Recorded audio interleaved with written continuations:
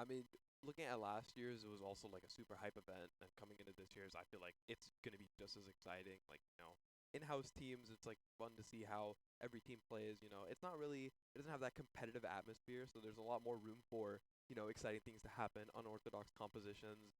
Anything can happen in this sort of tournament. And today we have two teams playing. Our first match is gonna be Team Chaos against Team Surge, and the map that we're gonna be playing on is Bind. So and I feel like Bind is one of those maps where you normally would have like a pretty standard composition, but you've seen teams like, Paper X and like other teams with professional play run like Yoru, or they'll run like Neon or something like that. But I feel like, especially with the Sky nerfs as well, with her blinds not regenerating, a lot of players have come up with more like unique Right. compositions as well to play around. Yeah, So no more throwing infinite birds at long yeah, to see yeah, like if they're there. Yeah. it made sense as a nerf, but I feel like it fundamentally changed the map bind a lot. Mm-hmm. So again, going into this map, it's going to be pretty exciting to see, what teams really want to do, how they want to, play out whatever, like how they want to play out site executes, how they're going to play their defaults as well. I feel like we might see, the standard I feel like is you usually have like a cipher, but like I've seen teams run no sentinel Mm-hmm. at all, so you Mm-hmm. have like nothing for flank. You have to have like a player, they'll run double controller. There's honestly anything that could happen, and hopefully you guys are excited as we are for this Golden Goose event of 2024.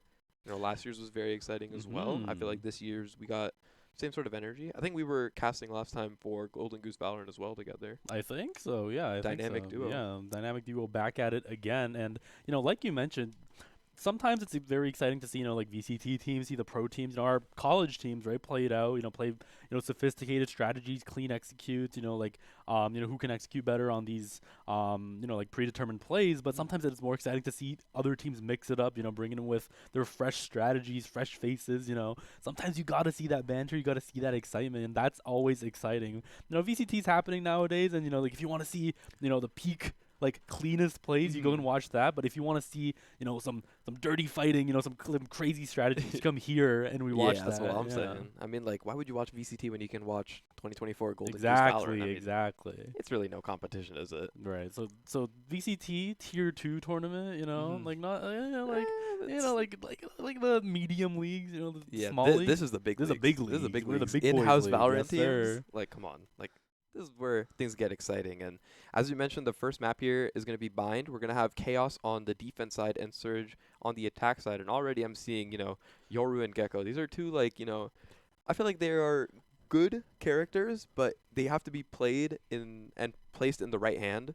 So, like, I think, well, I'm not familiar with any of these players' games. Like, anything can happen, but double duelist on the side of Chaos starting on defense might be kind of unique. I don't know how they're Mhm. gonna play Mhm. that. Surge seem to have a comp already selected. They're going with single controller, and this time they're bringing the Cypher as well, which I think Cypher provides so much value on defense side, Right. especially on a site like B, Yep. where you can Yep. just set up your tripwires and have them be pretty much unbreakable in a Yep. lot of scenarios, and Make then you just yeah. have a cam. You can peek long for completely free. You have your cages. You Mhm. can basically Mhm. play site, and it's really hard to deal with that as an attacker if you don't have like a proper execute planned out. Yeah, Cypher definitely one of those the operator you want to play if you want to do a one man hold. Like Mhm. oftentimes like Cypher can buy so much time. Mhm. Yeah, like you mentioned, especially on B, especially on Hookah. Yeah. Like it is impossible to sniff out a tripwire if Cypher Yeah. Yeah. if Cypher knows the locations. Yeah. Like this it could be anywhere, right? There's like the one tripwire that goes like diagonal Yeah, across, and that like one players exactly, do not expect exactly. it, and you'll jump into it, and you'll just be like floating, and you just can't do Yeah, and anything until you're just killed. you're just like you're actually like suspended in the Yeah. air, Yeah. like you're just like Yeah. floating around in there, and like you got a cipher like, and speaking of cipher, yeah, we see that both teams are actually Yeah. gonna Mhm. lock this cipher. So whoever has the crazier tripwires, definitely, I want to see what happens going into this B side. And cipher has some decent A side setup as well. If sometimes Mhm. your team keeps getting wiped, Yeah. that Yeah. happens a lot, right? Your team keeps getting wiped on A short, so you call in the cipher to put some more defensive tripwires, showers and A short to hold.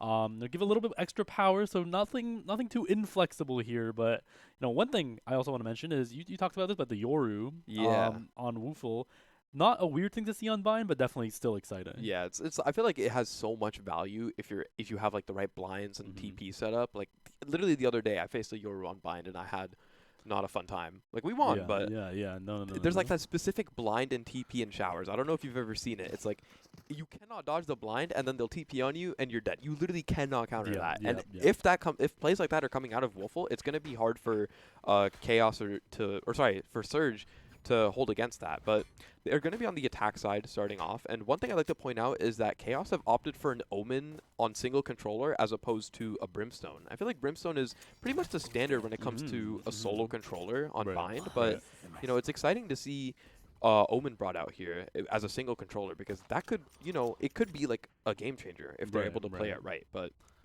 pretty standard composition coming out from Surge, except they have the Gecko. And, you know, I always love seeing Wingman just, you know, run to site with that spike in hand, drop that down. It's just, he's a fun character. My little buddy. Yeah. I always get so sad when he dies. Yeah, me too. Like, I feel guilty, like, when I see him planting and I have to shoot him. Like, right now, we see actually Woeful pushing extremely aggressive on short, and Wingman, like we said, spots him out. A true homie for Surge, as this is going to get immediately brought into a 4v5 in the pistol round.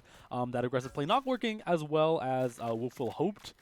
So, you know, Yoru still, it's round 1. There's still a lot of opportunities for crazy plays to happen, but looks like Surge are going to be slowly creeping into Hookah and B-side overall. Starfy is going to be waiting for Dan, and there is a tripwire ready as well. So I want to see coordinated pushes coming out from Surge here.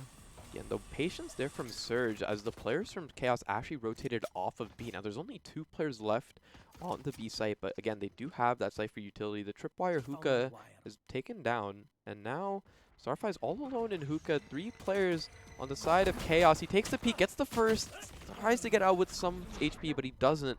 Junior Era taking him down. The spike is going to go down, and now it's a 4v3 situation. Surge with the player advantage, but the forces are coming in as they infiltrate backside. Akiba takes down the first pick on the retake, but Monkey is there to trade as well.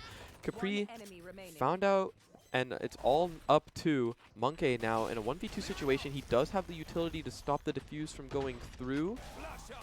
Flashpoint is committed, and Ven is spotted out, but the shots with the classic go wide, and Pablo takes him down, and that's going to bring our score up to 1-0. Chaos with a quick, swift retake, and they're going to take the first round of Golden Goose. Yeah, nice try by the Breach there, but you know, sometimes you have those rounds where you feel like you're a frame off sync off your shot, so you end up following the head like one frame behind. Like, that's always like a bad feeling to have. So unlucky. I like the attempt from Monkey, but it's going to be round 1 going to Chaos. I swear the hardest shots to hit are the ones where the opponent can't see you. Oh, yeah. Like, it's either they're blind or they have their back turned to you. Yeah, it's just the pressure on you. Yeah. Because in your mind, you're like, oh, this is a free kill. I should get this. But then, you know, nerves get to you, you miss, and then you feel dumb. But, you know, it's not your fault. Yeah, I think there's like the famous like VCT clip where the Omen is like standing Oh behind. my gosh. I know exactly which one you're talking about. And then he misses at the end. Yeah. No, it's just nerves. Like, it happens. Like, I don't blame him like one bit. Actually, the Roomba is coming for Junior Arrow, but he manages to step out of the line of sight as it's going to be Woeful picking up the first kill. The spike's actually down, and it's going to be everybody getting gunned down by these Spectres on the side of... What are you doing here, Junior Arrow? Woeful is going to pick up 3 as Monkey, last one remaining on Chaos once again, but with 13 HP and a classic. The Yoru blind is the last thing he sees. Yeah, and Surge, they take up 2-0. They only lose 1 player there, which is still going to be good for them. They retain a lot of weapons, but Chaos now, they do have the rifles in hand. 2 of the players still force on light armor, but this should be a pretty good round going in for them. We see already a lot of players looking towards starting B this time around. They want to fight the Cypher setup, which I think is a little bit dangerous sometimes, but you know, the trips from Starfy have been good so far. We saw in the pistol round, they were able to stop a lot of aggression into Hookah, so we're going to see what Chaos has on their execute to stop that Cypher tripwire. Yeah, but we actually see that Chaos has, Surge has, they're ready for them, right? They have the Yoru here, they have this guy here, they're ready with the flashes. Akiba is here. It's going to be a 3v2 situation, but all the utility is going to get thrown out into long as Chaos isn't afraid of the flashes. Should they be worried about this? The retail stuns of Akiba. Starfy gonna pick up one in Hookah as Woeful trades out the kill as well, and it's gonna be 2 on long. But for now, B looks pretty clear for the side of Chaos as Monkey and Hookah. The plant gonna go down. The Yoru clone is bamboozling Osiris, but the plant goes down thanks to the Wingman. Woeful teleports away from the action, regroup, catch your breath a little bit going back with your team. And this round already looks good for Surge. And they do still have a player towards A. I think he's going to try and take the teleport, but Monkey's there waiting for him. It's going to be a fight, but the splash point goes out. That's going to be the deciding factor for Ven. As he's taken down, it's all up to Boblo now with the Spectre in hand, and there's not much he can do there. Dan takes him down, and Chaos is on the board now, but that was a pretty expensive round for them. They lost 3 players, and Monkey also lost a lot of his shield, so he's going to have to rebuy that. And now Surge, they have a healthy economy. They're going to have full rifles and heavy shields across the board. Yeah, really good trades coming out from Surge at the beginning of the round there, but unfortunately the gun diff a bit too hard to overcome. Chaos play their range well, play their utility well, so going to be a clean round from them. But like you mentioned, we see that Junior Arrow is considering, do I buy a Guardian? Do I buy a Bulldog? Right? You can't afford the big boy guns right now. He is also one away from the showstopper, so I think that Chaos are going to try and fight the Showers Orb, get that in the hands of the Rays, but Akiba's there waiting for him with the blinding light in hand, finds himself 2, and Junior Arrow, some of the shots are going wide, but he does take down 2 before he's taken down by Woofle, and now Chaos, they do have only 2 players left. Dan looking to find the fight and bring it to Woofle. The Molotov does go out, and Woofle's, he's stuck in that corner. He does commit the Yoru ultimate there. He's going to get all the information on the players of Chaos, and now the players are converging on Chaos's location from short, but there's still not really much aggression coming in. Dan takes down Boblo, and now Woofle, he does have the spike isolated in Showers, but it's all up to him as Starfy is just all alone on B right now. Yeah, Starfy's watching the VCT stream on his phone over there across the map. That's the average Cypher experience. You just sit with your little setup and have fun. Basically, you sit there. You have the YouTube playing in the background, and then when your teammate yells at you, you're like, I'll tap back in the game. Like, did someone hit my triple? Oh no, no. Okay, back to watching Tarek. Yeah, now Starfy is gonna come towards A. I think that Chaos want to finish here, and Surge do have the read on this. The spike is gonna be planted, but Dan finds the pick onto Woofle, and now it's all up to Starfy. With Phantom in hand, he does have a lot of time to play around with, but both the players of Chaos healthy. He takes the pick onto Dan. The Phantom going to hit at 140, but Dan with the Vandal, 160 to Starfy's head, and they're going to equalize the score 2-2 now, and that's going to be a really big round for them. They do have a lot of economy to fall back on. They're going to have rifles in their hands, but Surge, they're going to be forced on an economy round here. Sheriffs across the board. Yeah, a little bit of a Phantom issue coming out at the end there, but yeah, like you mentioned, the economy pretty back and forth this game. We see that Surge looked really good. I doubted the prowess of Chaos and their ability to bring it back. I was not familiar with your game. I apologize. It's going to be a 2-2 even score now as... Yeah, I think Dan was the deciding factor that round there. I mean, he got such a big pick onto Woofle there and it left it all up to Starfy. And, Vandal versus Phantom, both the headshots going out. It's going to be the Vandal that comes out on top. And Chaos are going to take that round. And now Dan, he is here in short, but Woofle, he does have a blind lined up potentially. Not going to commit it, though. The dark cover does go out.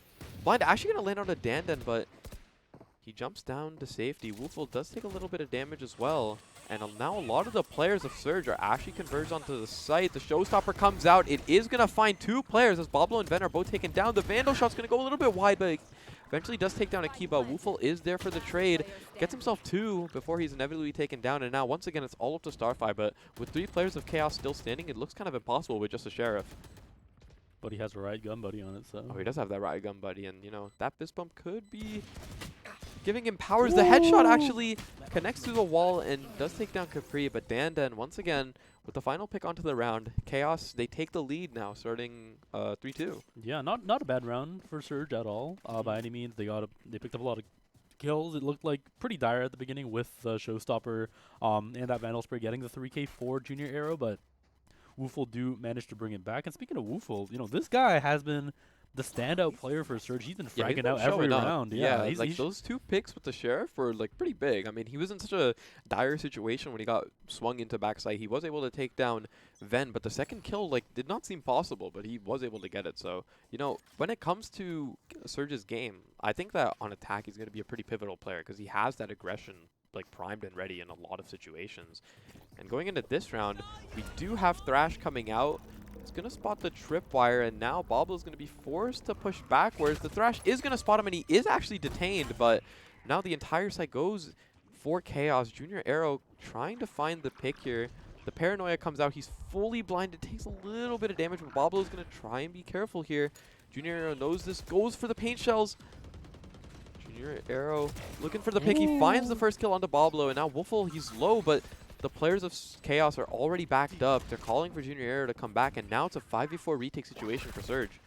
Yep, and the Chaos is just ready for them. The Seekers are going to come out as well, and blinds are thrown everywhere, but right now, calm before the storm as first point of engage. Osiris goes down to Woofle as we 2 more on long, 2 more in Hookah. Monkey goes down through the wall as Junior Arrow trades back the kill on Woofle. Starfire aggressively pushing. It's going to be a 1v3 situation. Starfire throws down the Neural Theft for good measure, but the orbital strike bringing him down so low as Akiba takes down Dandan. This is going to be the defuse. But they actually don't have time, and that's going to be a perfect stall coming out from Dandan. Surge looks so strong on that retake, but at the end of the day, it was just time that was the ticking factor.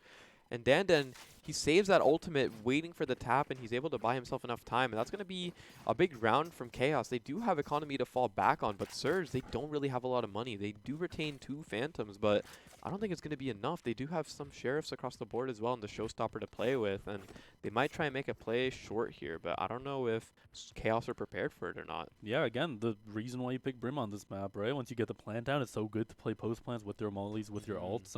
Very common thing you see.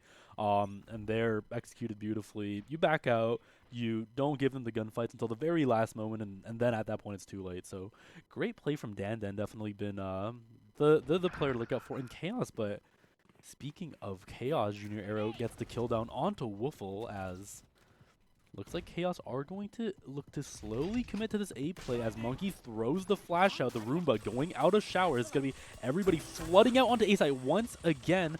You got to go Starfy on A right now as well as 2 clean headshots. Dandan and Junior Arrow picking up these kills. Starfy gets the kill, has the camera. Dandan is going to be coming around the corner, but the grenades, the paint shells, are they going to force him out? He's going to explode, unfortunately, as Akiba is the last one on Surge. Let's see if he lives up to his name and has the dog in him as he gave clutch up this round. That is a clean headshot. 2 in U-Haul. It's going to be a 1v1 situation, but this is the man you need to defeat. You need to defeat Dandan if you want to get over Chaos. Oh, but I don't think he knows that he's back triple here. He expects the showers. Dandan, though, he's so patient.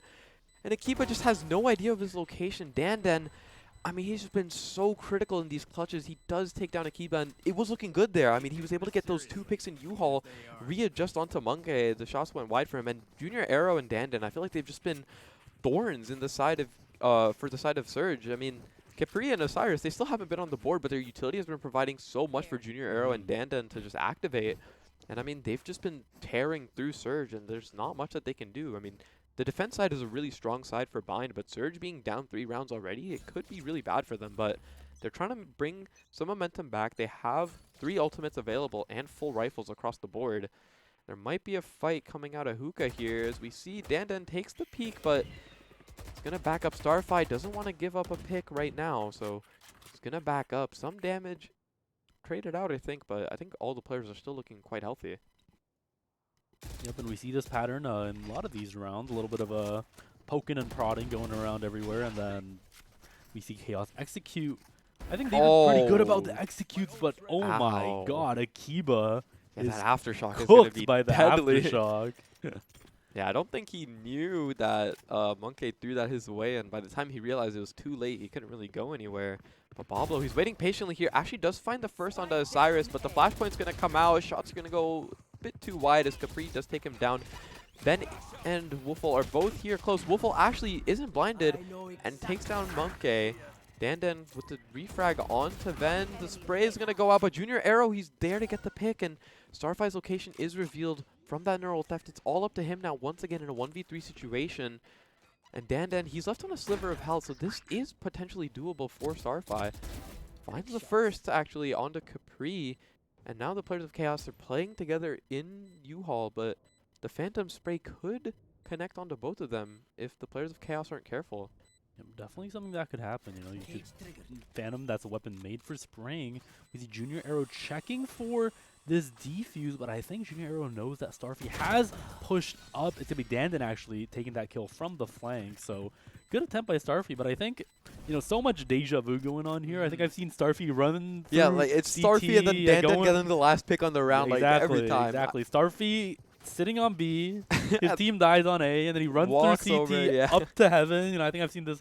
The Cypher experience. Right, the Cypher gaming experience, right? You're And I on your mean- phone half the time, and then you realize, guys? Yeah, like Yeah.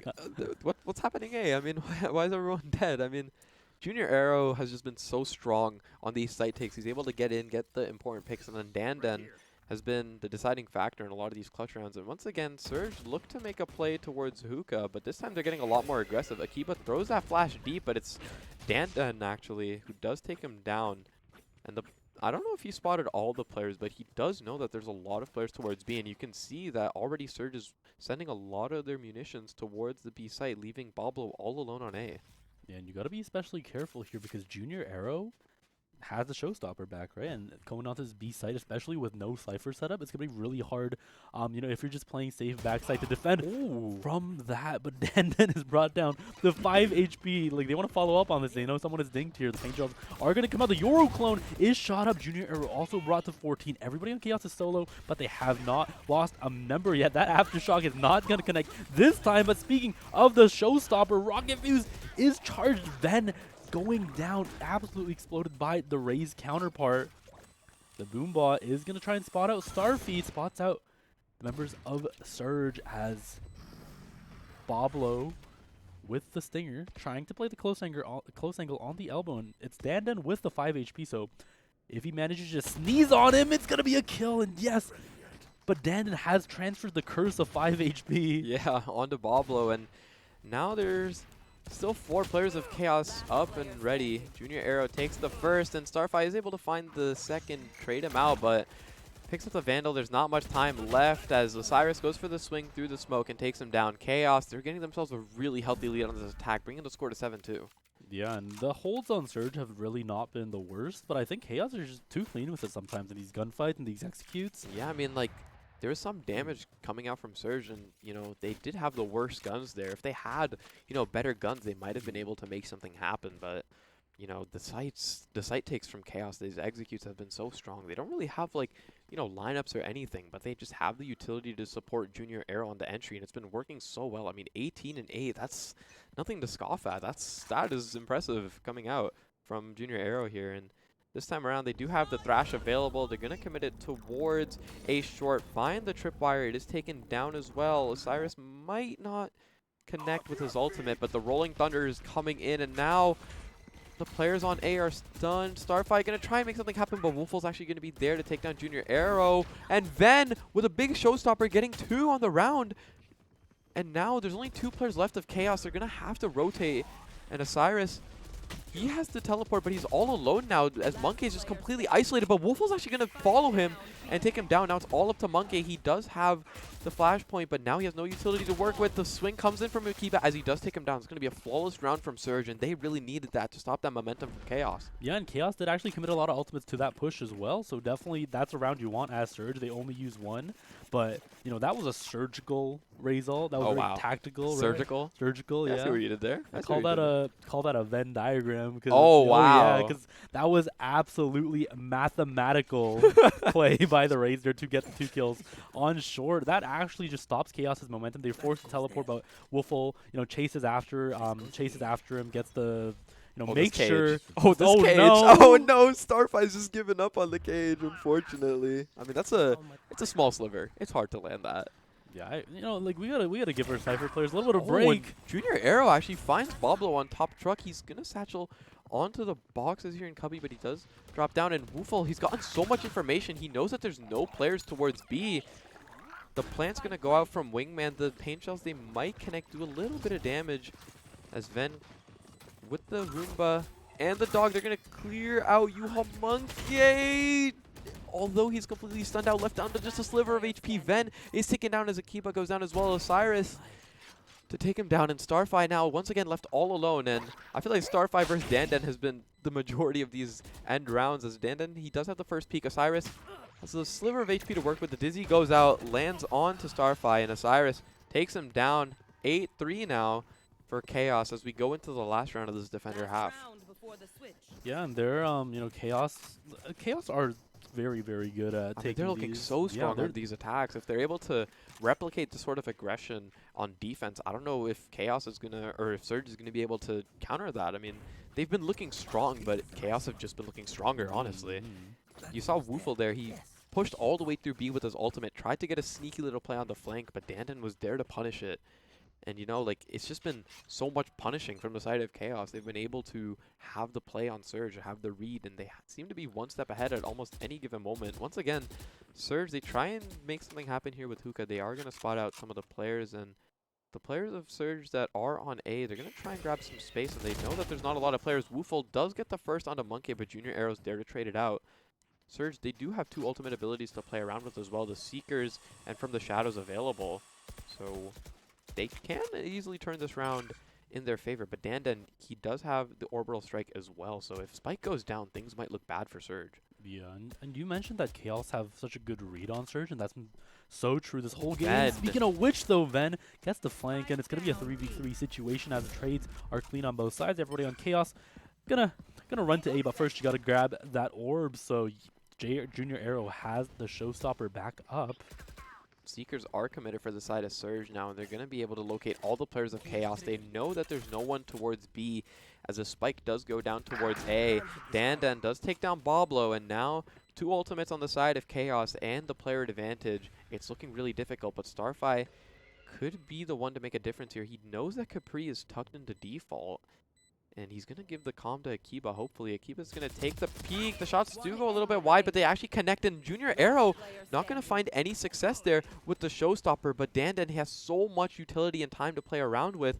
The Orbital Strike, Starfy is going to have to take him down, but Dandan has created so much space. The Orbital Strike's going to go out, and time is ticking, and it's not in the favor of Starfy anymore. He does not have cages, and he has to stick here, but Dandan, he knows that he has to stick. He's going to take the swing, and he does take down Starfy. 9-3, a crazy half coming in from Chaos. I mean, they're so strong on that attack. They get so many rounds, too, and now on the defense, Junior Arrow 2011, Dandan 16-5. It's like the dynamic duo that's fragging out here. Yeah, you got the entry fragger who's actually good at entering, and you have a controller who's actually good at post plan, and this is what you end up with, right? Yeah, I think Woofle and Akiba, the players on Surge, definitely not weak by any means. You know, it's so hard to get space when Chaos is playing so well, and when they're able to counter so much of, you know, Surge's aggression, and they have so many reads on them as to where the players could be. I mean, the Chaos, they started off that round a little shaky after they lost two players, but they were able to capitalize off of that and, you know, take the site of A completely for free. And I think allowing Dandan to play his post with his Molotov and his Orbital Strike was just the difference maker in the round. And now Woofle, he's all alone here. Showers actually gonna get hit by the fault line, but he does teleport himself onto B, but now he's just a sliver of HP, and I don't know if Akiba has a heal available for him.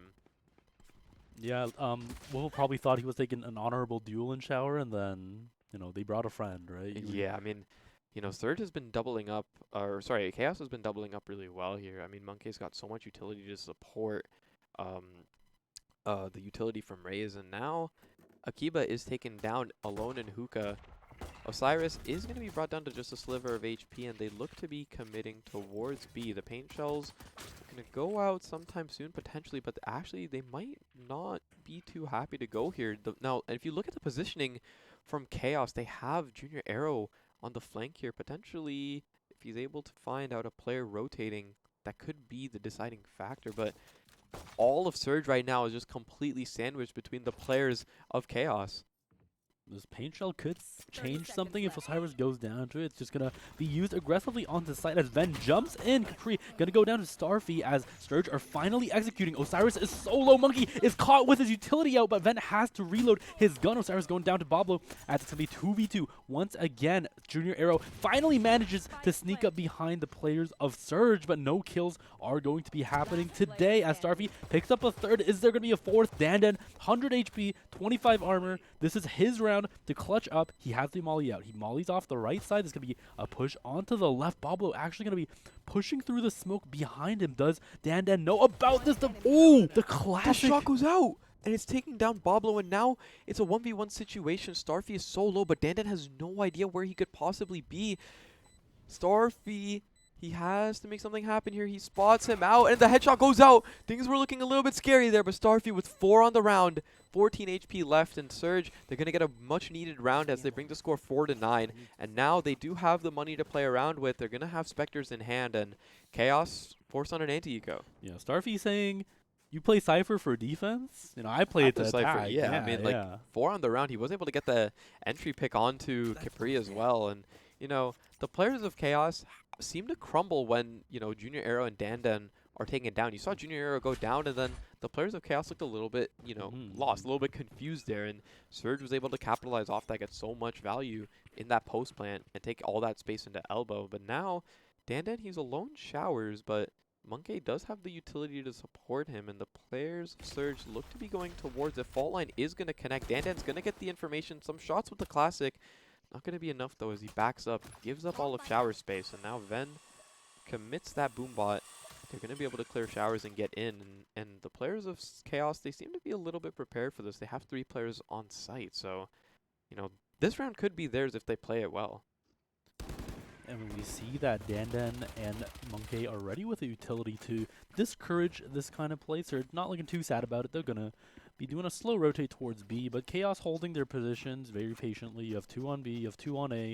You don't want to overcommit, over-rotate, especially if you have Classic. You just want to trade out kills onto these sites as Akiba flashes onto site. The tripwire is there. Is she going to be floating around? No, he managed to dodge the tripwire as Akiba. I don't think... No, Capri does know, but it's a Classic versus a Spectre. That's a little bit hard, too much of a barrier to overcome, as the plant is going to come down on the side of position Surge. in the smoke.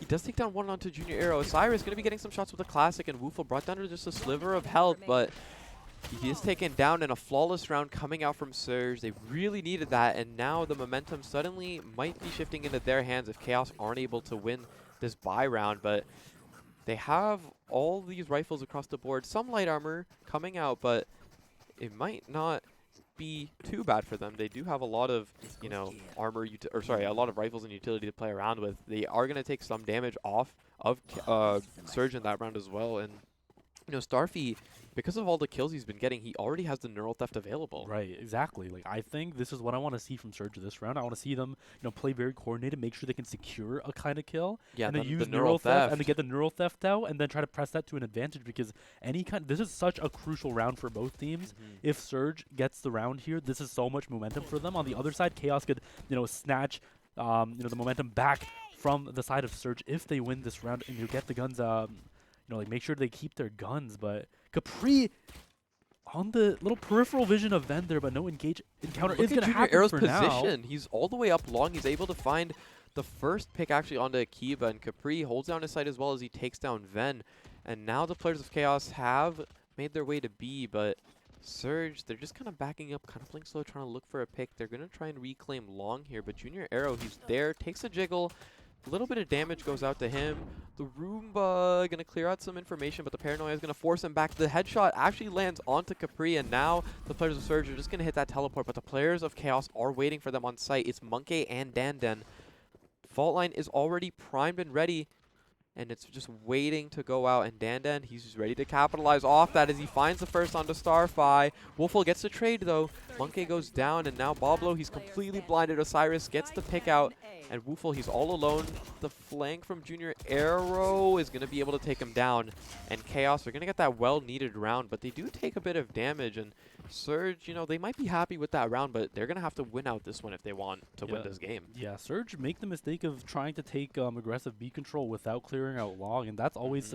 And, you know, I think that's such a fatal mistake from them, because they know that Junior Arrow has been playing, you know, this long angle, like, so many of these defense, like, on all of these defense rounds, so they definitely need to clear that out, or at least when you're jumping onto B, you cannot have that double angle, you know, be available on the side of Chaos. So a bit of a mistake coming out from Surge there, I think. And also, you know, the rotate play, I think it was good how swiftly they executed it, but Chaos are ready with the utility from Heck. Right, you got the breach, you got the brimstone. You're not getting into that site, you know, without a fight. And yeah, Chaos managed to lock down the site. But speaking of locking down, this is what they're trying to do again as Ven sneaks his way onto U-Haul. Dandan knows this is coming, but the paint shell's gonna get evaded as a... Oh, the aftershock. Aftershock, it hurts so much. Ven gets a kill. Starfy also getting a kill and getting on the board. And it's going to be Chaos. 4. 1, 2, 3, and 4 as the players of Chaos fall one by one and like dominoes toppling. Surge get a flawless round, and that's going to be a really big round for them. I mean, they maintain all their rifles, and now Chaos, they do have some money to fall back on, but once again, light shields are going to be purchased out, and Dandan, he doesn't actually have any guns to play with. He just has that classic in hand, and you know, Surge, they have so much money to fall back on. They do still have the Neural Theft and the Dimensional Drift now as well. On Pablo, he's only away, he's only one Ultimate Orb away from the Shadows. So now, you know, Surge are looking to take the momentum back this for this game. Yeah, and I think that's, like you meant, that's so important, right? I think, especially going into that round.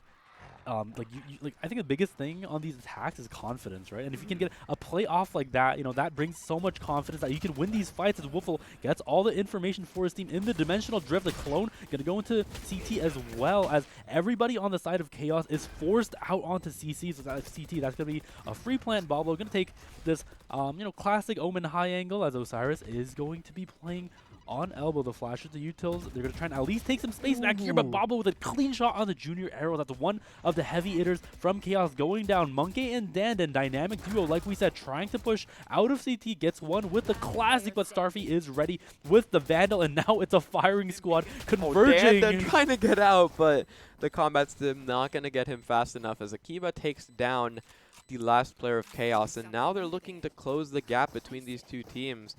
The economy round is going to be forced out of Chaos, and once again, Surge, they have so much economy and rifles to fall back on that this round should just be theirs if they play it well.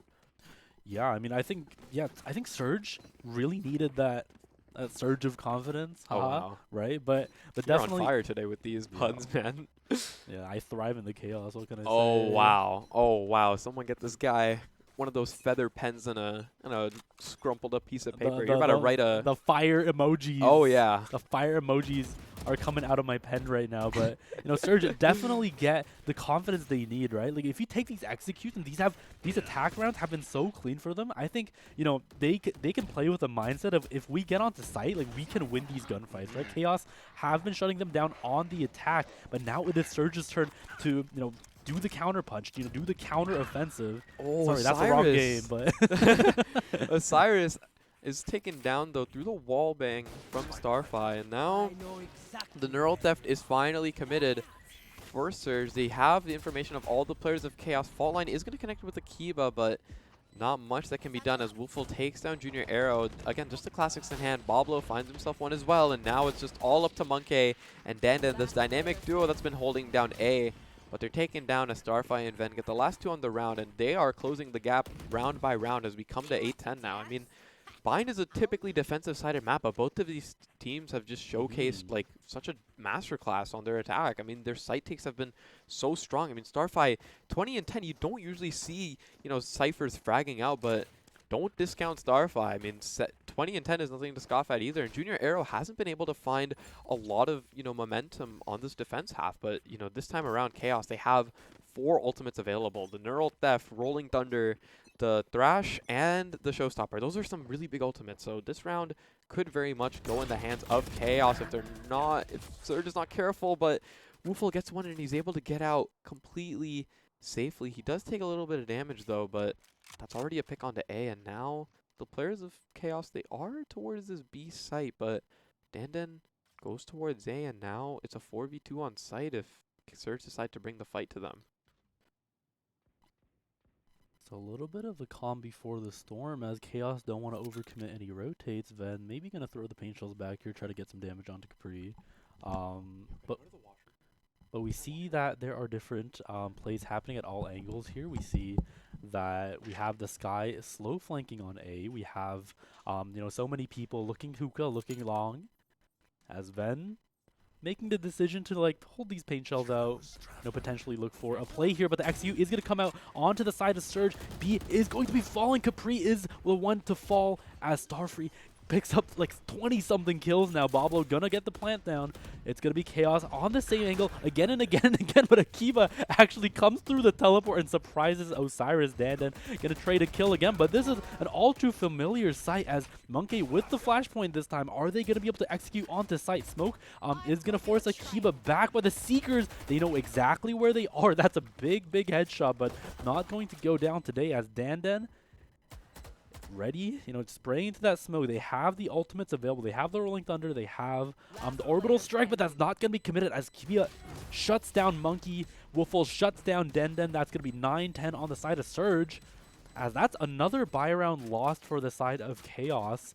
And now they're going to be going back on the Eco Buy. Maybe they get a Hero Rifle. Maybe they get some kind of, throw some kind of wrench in the mix here, but Surge look unstoppable right now. They're very good at playing these controlled angles. They're good at, they like last round especially, they have these setups ready. They get a pick early, but they don't overheat, they don't overcommit, and then they do a really good job of executing onto that site, when Chaos least expected. And, I think, so many of these rounds, I just see Chaos pushed back, pinned inside CT on B side, and it never goes well for them as Woofle has also been the goat of shower. He flashes himself a little bit, and the Stinger is gonna pick up Woofle on that close angle. This is a boon for the side of Chaos. Woofle winning these shower trades has been a big source of their victories, but Akiba just gonna gun down 2 on A site. And Chaos maybe over-adapted to these plays as Surge has gone B so many times that they over-rotate. They don't expect Akiba here. That's going to be 3. Is that going to be 4? No, the headshot comes out, but that is another case of the Phantom issue, as now it's going to be Ven waiting in the smoke.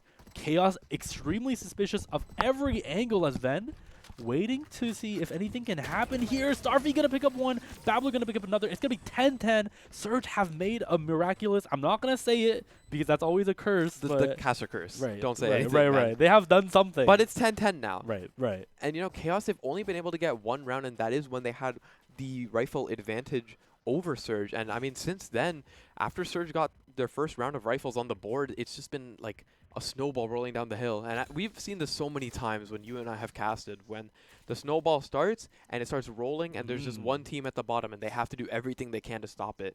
And Chaos, they've been trying hard, but this time they have 5 ultimates across the board, and losing with all of these ultimates could be dire. Bringing the score 11-10 for Surge is ideally not what Chaos wants, and they have so many ultimates to deny that. And already we've seen some space gathered from Woofle. He finds all the information he needs to know that there's no one really fighting showers, and 3 players of Chaos are posted up on this B site though. And if Surge wants to commit, they're gonna have to find either one.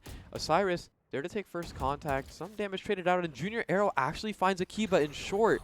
And that's going to be a really important pick, because now the players of Chaos know that there's really no one towards A, and the players of Surge are going to be fighting their way into B, and looks like they want to take the side. Osiris going to commit to Thrash, and Bablo finds Capri trying to run away. Aftershock is going to deny plant, and some time is bought for Chaos. They do still have ultimates available.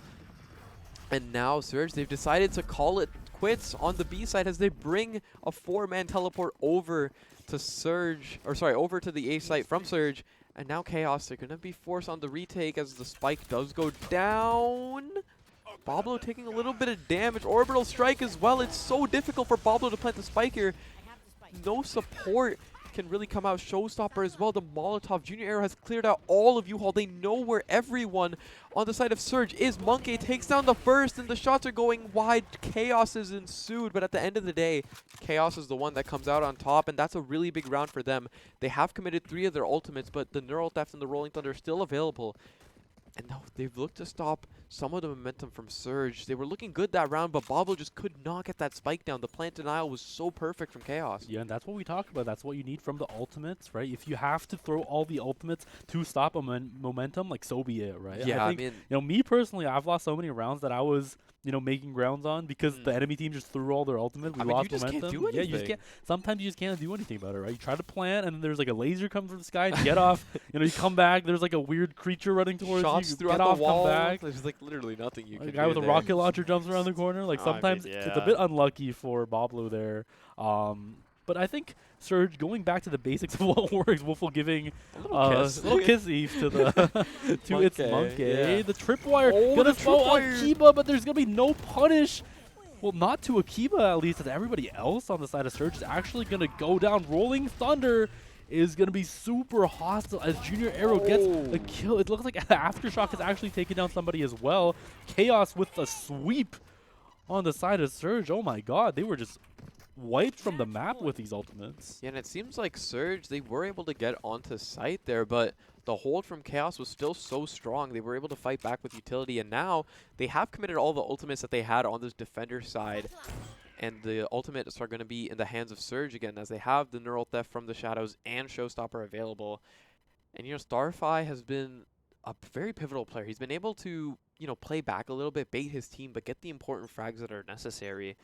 And if Chaos want to stop him, they're going to have to deal with the issue that is Starfy. And they don't have ultimates to play around with, but it is match point now. Junior Arrow, he's tucked so patiently on top truck here, and this time Surge is going to commit towards A. Here comes the Showstopper. Junior Arrow finds one, but Ven takes him down. The trade comes out, and Akiba actually from behind, or not behind, but through the smoke, sorry, takes down Dandan in Heaven, and now it's a 3v4 situation. Chaos are going to have to retake this as fast as they can because the utility from Surge is also present. And the Wingman going to go on the spike. There he goes. And now I don't know if Chaos really have, you know, the time, or sorry, if Surge really have the time to play around with this. They do take down the Wingman, but Monkey with the flashpoint does take down Boblo. It's all up to Woofle now in a 1v1 situation. Takes a peek on a Monkey, but he's going to back up, play it safe. Throws out the TP. Does he fake it? He throws it, but I don't know if Monkey is going to fall for it. He has to stick now. Time is not in his favor, but it's so patient from Woofle. In a 1v3 situation, he keeps his team alive. In 11-12, it's the last round possible for Chaos to take this before we go into an overtime. And I mean, Woofle there was just able to go crazy. Find one, find two, and then the last onto Monkey. That teleport was just playing mind games with Monkey, and he just had no idea where Woofle was, whether he was actually teleported behind or whether he just stayed there, and he had to stick there as time went down. And Woofle, he played so patiently there, waited for just about half before he took the swing. And now Surge, again, the ultimates are in their favor, and they are looking towards going B here, as they have done in the past. But once again, the players of Chaos are kind of stacked towards you. They have 3 players. The Seeker's committed.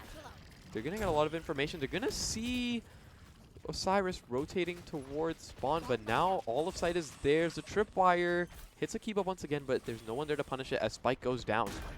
Yep, and the Aftershock is also not going to connect onto Boblo, so that's going to be Spike planted.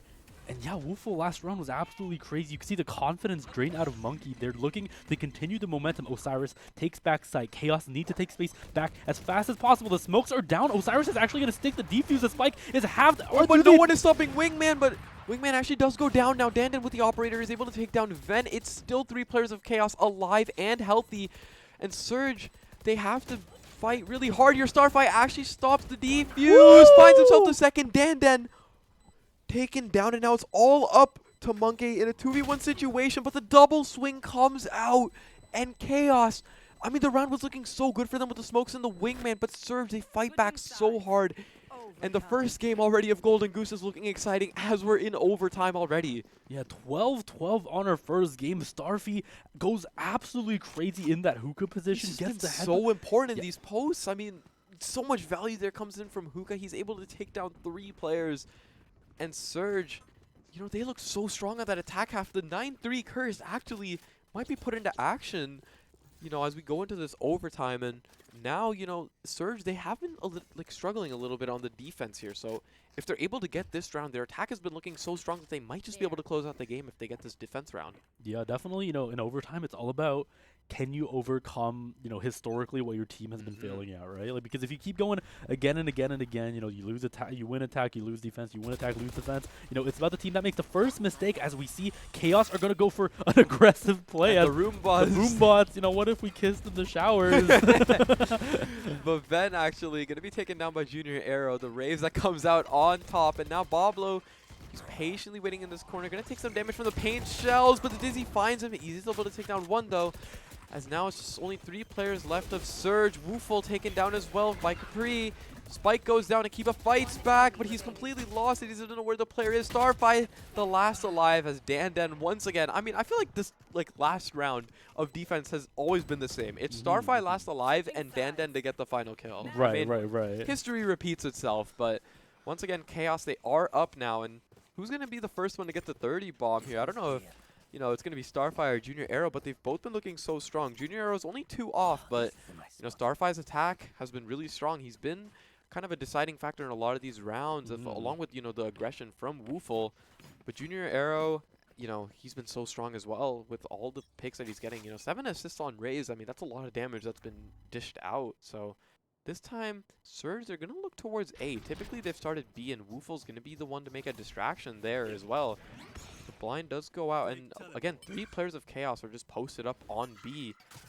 And if Junior Arrow's not careful, he might get spotted out by all of the players here in short. Yep, and Junior Hero has to play an off angle. He has to either stall for time or he has to take one with him. The Akiba gets the peak of Junior Arrow's gun, and Junior Arrow gonna concede the site. Pablo gonna throw the spike down, as I think Chaos the flank is actually coming in from Dan. Some shots going wide, but he Oh, fights no! 2. That's gonna be really important picks now as Pablo and Ven both go down. Starfire to get the refrag, but Junior Arrow's gonna be taking down one. Akiba now finds the pick onto Junior Arrow, but the blinding light is gonna take him down. Akiba left outstanding. Starfire takes down the first on the retake, finds the second, takes down the wingman. 2 HP left. Now Capri, the bomb is halved, but Starfire, he has to play so carefully. Oh my god, close. Capri at 1 shot will kill him if the headshot comes out. That's the round.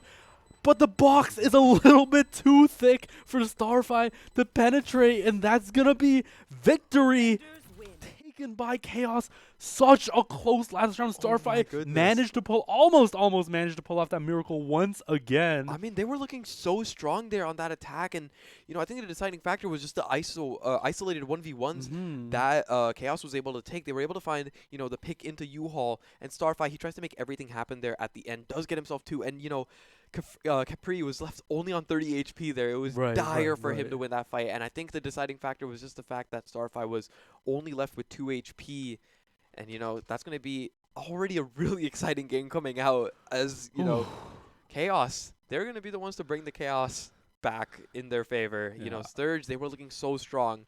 You know, game's over now, so I can say this. The comeback was looking really strong. The 9-3 curse was in action, and Starfire, I think he was able to get 30 at the end of the day, but Chaos, they're going to be the ones to take down that first map on Bind. And these are best of ones. So the next game that we're going to be watching is going to be 2 completely different teams. I'm not sure who they are right now, but we'll get that information to you soon. So, you know, again, exciting first map coming out. I'm already hyped going into the second map. I hope you're just as hyped as me. I mean, if you couldn't tell, right? Like I was rooting for my boy Starfy there, and then it was like Dan was going crazy. Yeah, I mean, like, it was hard to pick. Like, I wanted to support. I want both teams to win. Exactly. They were both looking so strong. You know, like, it was just a very exciting first map going in. But we will be cutting to a quick break before we get into the second map, and we will catch you guys then. So stay tuned.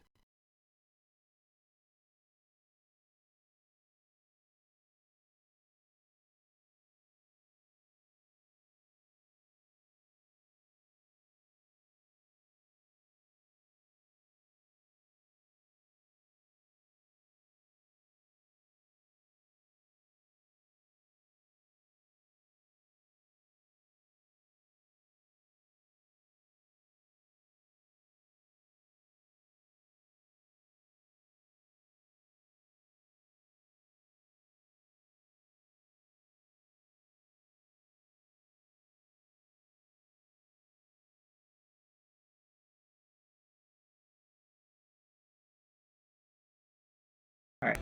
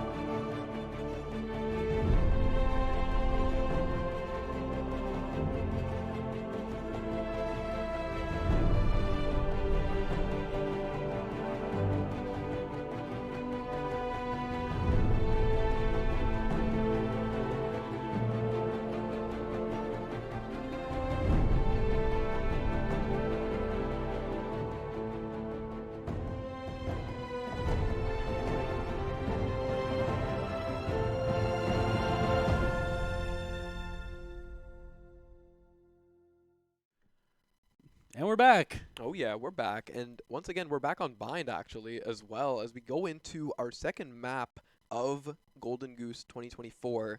And you know, we just saw a masterclass coming out from both teams, Chaos versus Surge, and Chaos was the one to come out on top. And we're gonna see them once again on Bind against Team Swashy.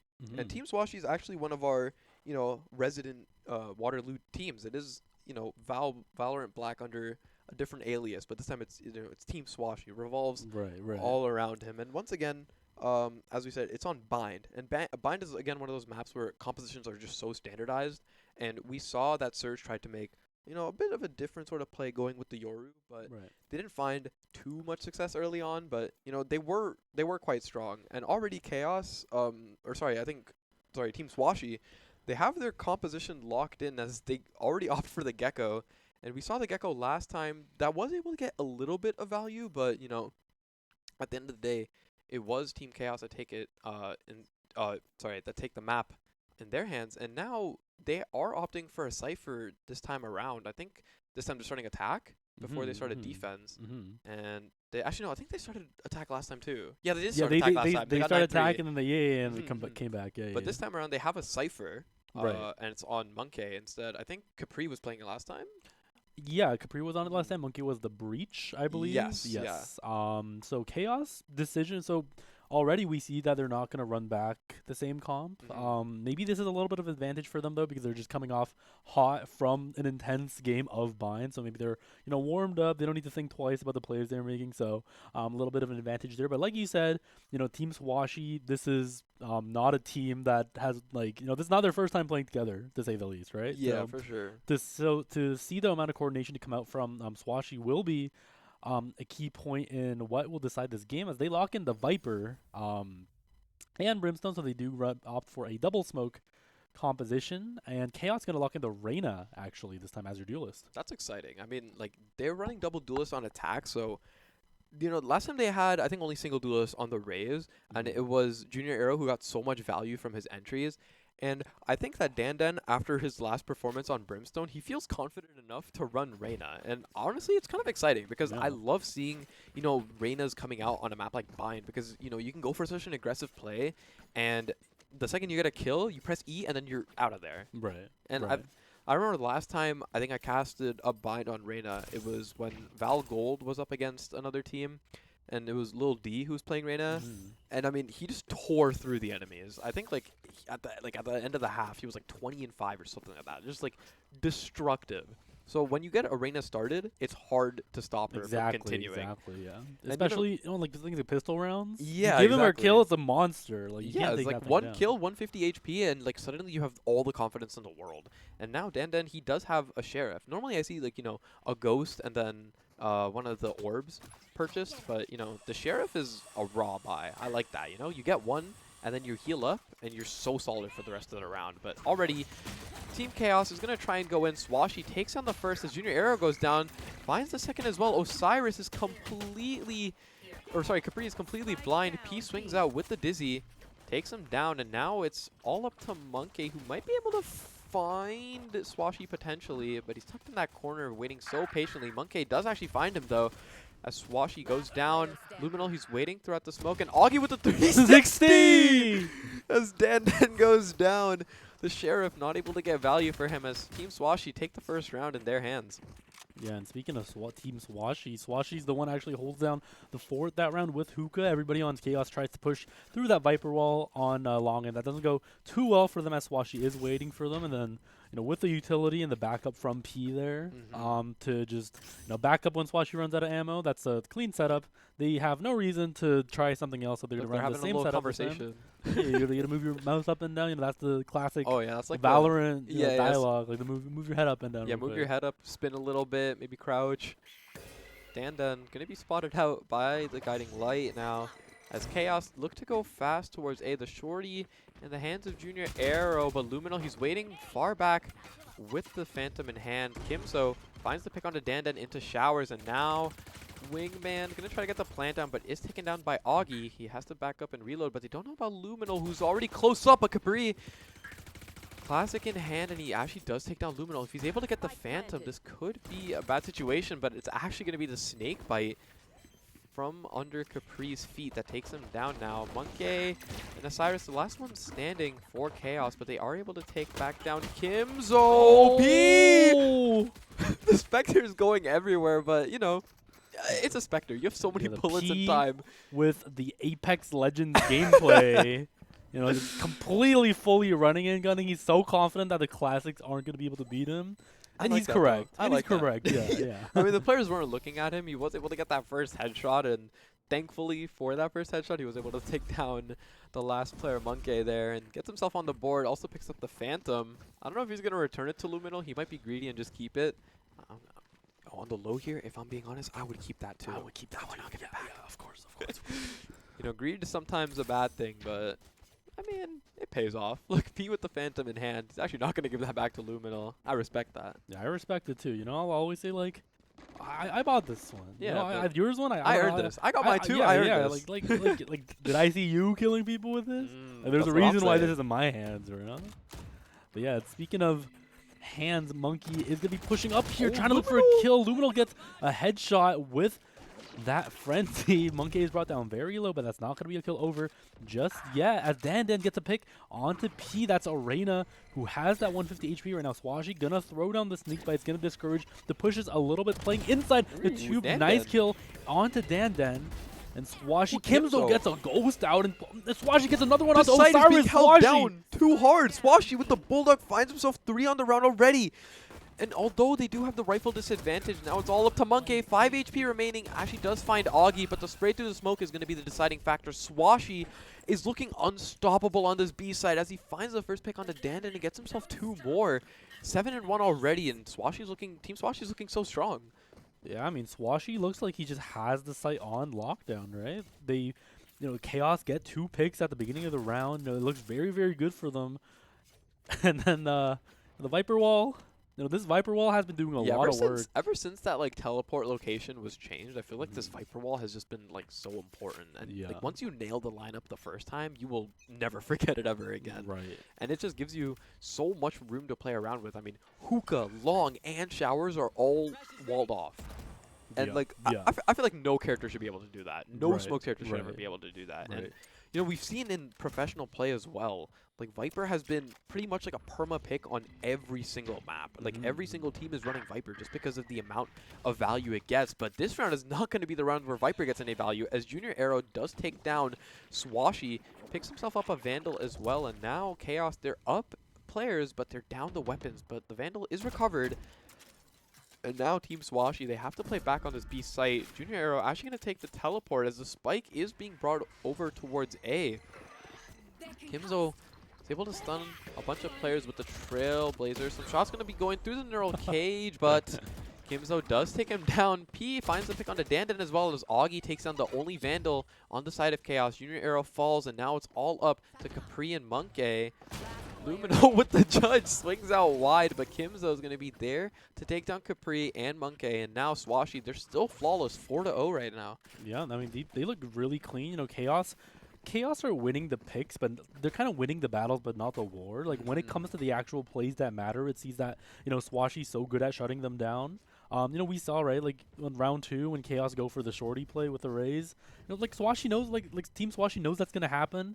Luminal just backs up into U-Haul, just plays the far angle. They just seem like they're so ready for any kind of scenario that, Chaos either have to execute better or they have to execute messier.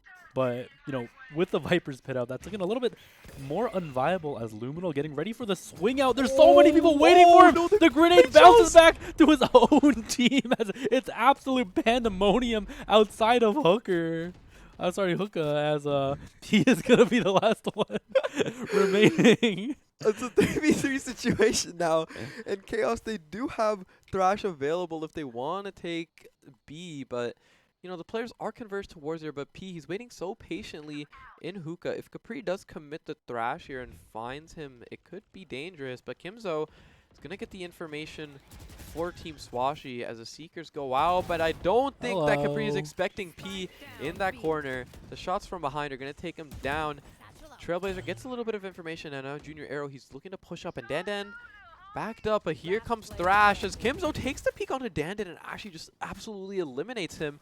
It's all up to Junior Arrow now, and with 3 players staring him down and only 15 HP remaining, there's not much he can do. Oh my god, And Kimzo. I feel like he's had this Ghost for so long. Like, I saw him use that Ghost like pistol round. I think he still has it. Yeah, at this point, this is like a gun passed down the generation. You know, like this is like the family relic. No, Yes. as soon as we mentioned that, he throws it away for a shorty. No! He has absolutely disrespected downgraded. his heritage, his culture. His ancestors are looking down at him right now. Like that Ghost was passed down, you know, generation after generation. And Kimzo just throws it on the ground like it's nothing. You know, I wonder For a lesser weapon. you know, I wonder if my ancestors are looking at me right now and wondering like, what is it like? How did how did this people happen? your age used to go to right? war? Exactly. And now you're sitting here casting Valorant. I mean, you know, like get with the times, get with the times, old men. Like, you know, like I'm looking at my ancestors. I'm That's saying, true. and I'm happy with playing You know, Valorant. shout out your ancestors. They would have loved Valorant. Yeah, shout out. Actually, they would have actually loved it. Oh my god! And speaking, Junior Arrow tries to make something happen with the bucket there, but Luminal from behind with the Phantom is going to take him down. And Chaos, this is an eco round for them, so not much could happen. But, you know, they could turn the tides of the round if they are able to find some picks. And the players of Team Swashy are already just converged all around A as Wingman goes down as well. And now the spike out in the open. It's really difficult for Team Chaos to make something happen here, especially when Augie takes down Capri as well. Dandan now trying to find a peek, but P is going to be the one to take him down, and Luminal takes down the last remaining player. Sprays a body too. I mean, things are getting a little bit... Are we getting BM right now? that is disrespectful. That is rude. On an I'm eco round calling too? you out right here. That's Yeah. disrespectful. You know, you gotta have good sportsmanship. Let's get the right, vibes right, up. Right, Like, you gotta get the vibes going. You know, you you gotta. should do like an honorable like bow to your opponent after you exactly, take them down. That's what my ancestors would have Oh wanted. my gosh, there we you're go. so right. You're There we so go. right. I am trying to channel the will of my ancestors, and these players are just, you know, They're disrespecting it. like these They're young they don't ones care. these days. Oh my the, gosh. what do they call the Gen Zs these days? All the TikTok. We're literally No. the same age as them, man. I'm different, bro. I swear. I don't you're like- belong in this generation. You're tapped in. Yeah, exactly. okay. Exactly. I didn't know you were like that. My bad. Yeah, exactly. I'm you know, I listen to, you know, I'm not like the other You kids. listen to like classical right? music. I listen to classical music. You know, I enjoy literature. Oh, you know, I don't wow. go on the TikToks. Oh You know, wow. the Instagrams. Well, you're actually a genius. Yeah, exactly. I'm sorry for just. I wasn't familiar with your game. Exactly. You need to be familiar with my game, and Chaos also have to get familiar with Swashy's game. There's rocket launching onto backside, but everybody on Team Swashy has backed off. Looks like they want to bait out this. They don't want to bait out all the ultimates. Actually, as Reynolds is committed as well. The Orbital plant strike. gonna go down from the wingman. That's gonna be barely not canceled as Luminal gets 1 kill onto Capri, 2 onto Osiris. Are they gonna be able to get more? Junior Arrow takes down Swashy, but Kimzo Straight gets to the the kill on smoke. the Dan. Then the Pink shells. explosion. And P now gonna take the fight, bring it to Monkey, but Monkey, he's not ready for the swing there as P takes down the last player. And, you know, they did commit some ultimates there, but inevitably it was to get that round secured. They bring it up to 7-0, and I don't want to jinx anything here. The caster curse is real, but if Chaos aren't able to stop what Team Swashy has going on right now, this might be a clean sweep. I mean, Like, I'm at a loss for words like right now that round because looked of to be how yeah, that round looked like it was in their hands. They had a full 5 players on that post plant situation, but Luminal, he just swung out of that smoke, got 1, got 2, and then the paint shells connected with the 3rd as well. And Kimzo, he got that shot through the Viper wall. And I mean, in a situation like that, there's just not much that Chaos can do. And the showstopper committed early for the side of Team Swashy, but there's not really any Capri, players watch too out! close. Okay. Not going that way. Free is able to escape, but Luminal is not, as Dandan lurks around the corner and does take him down. Now Team Chaos, the Thrash, is active. They're going to look to re-clear this space that has been taken in market, but I don't know if that was really the ultimate to go in, because, I mean, Dandan got that pick and he had the space, so, you know, Thrash kind of committed, you know, not really usefully, but Kimzo is going to utilize that peek to take down Junior Arrow, and now it's a 3v4 situation. Team Swashy, they are down the players, and now they have the information. Chaos takes down the player in U-Haul. That's Kimzo down, and now it's only 2 players left. The Guardians of B site make their way onto A, and now the spike is finally going to be going down. Wingman 6 that plant.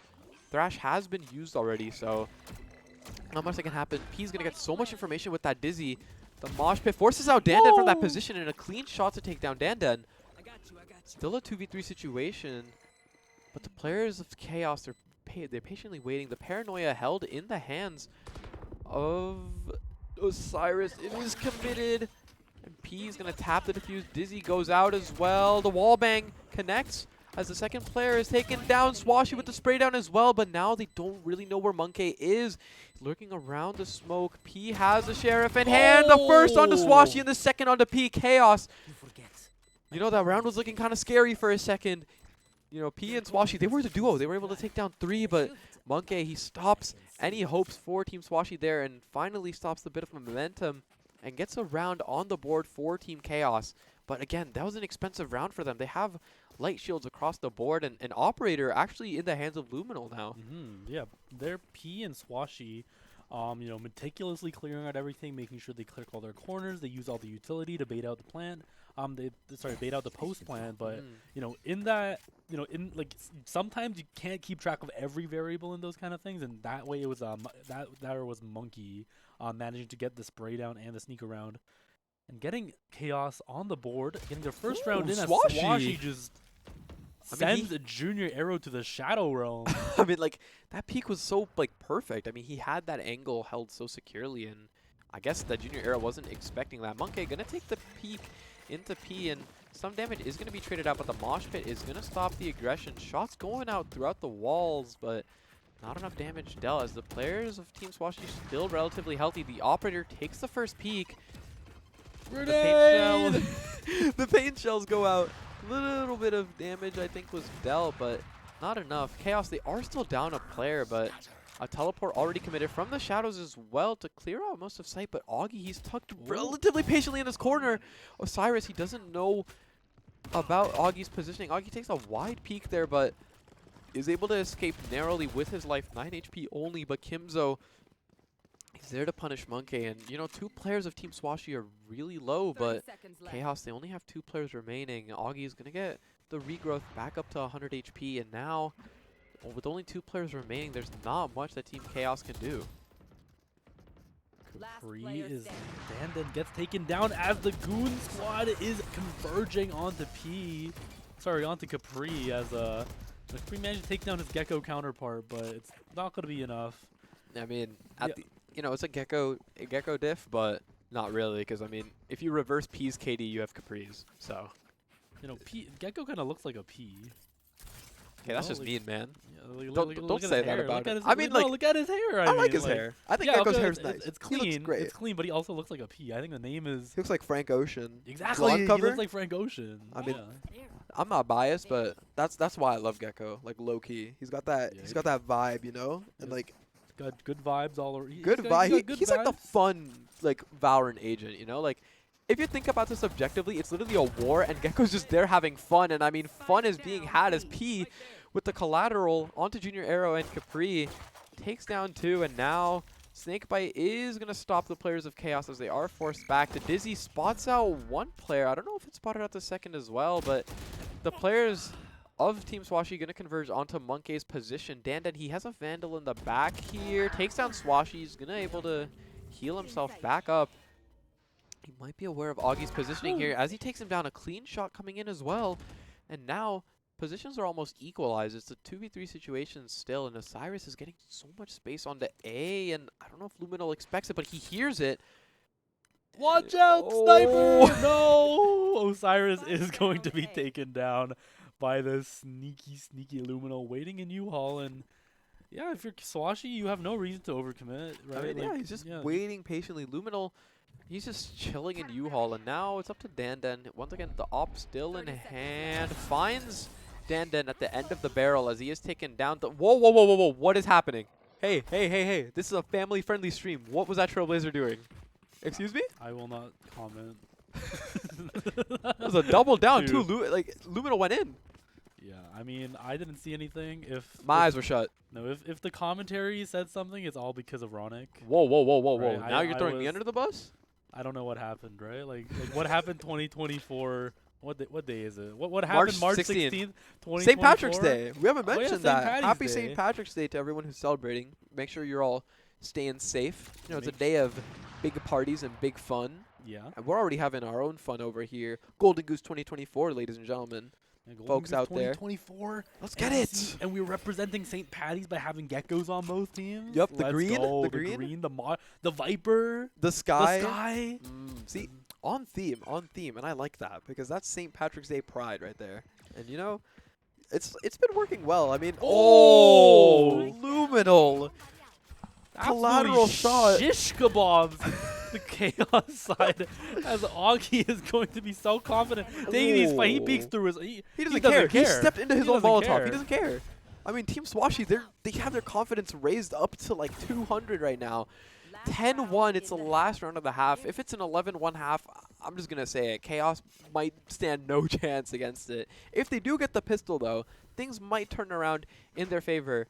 And you know, Team Swashy, they have 2 ops. They don't care. They have 2 ops. Yeah, nobody beats and you know, like we saw this pattern, right? Nobody beats Team Chaos 8 rounds in a row. Yeah. Right. So maybe they'll be able to bring it back in the second half when they get the pistol round. But 2 ops, Kimzo, Luminal holding down. Swashy has a judge.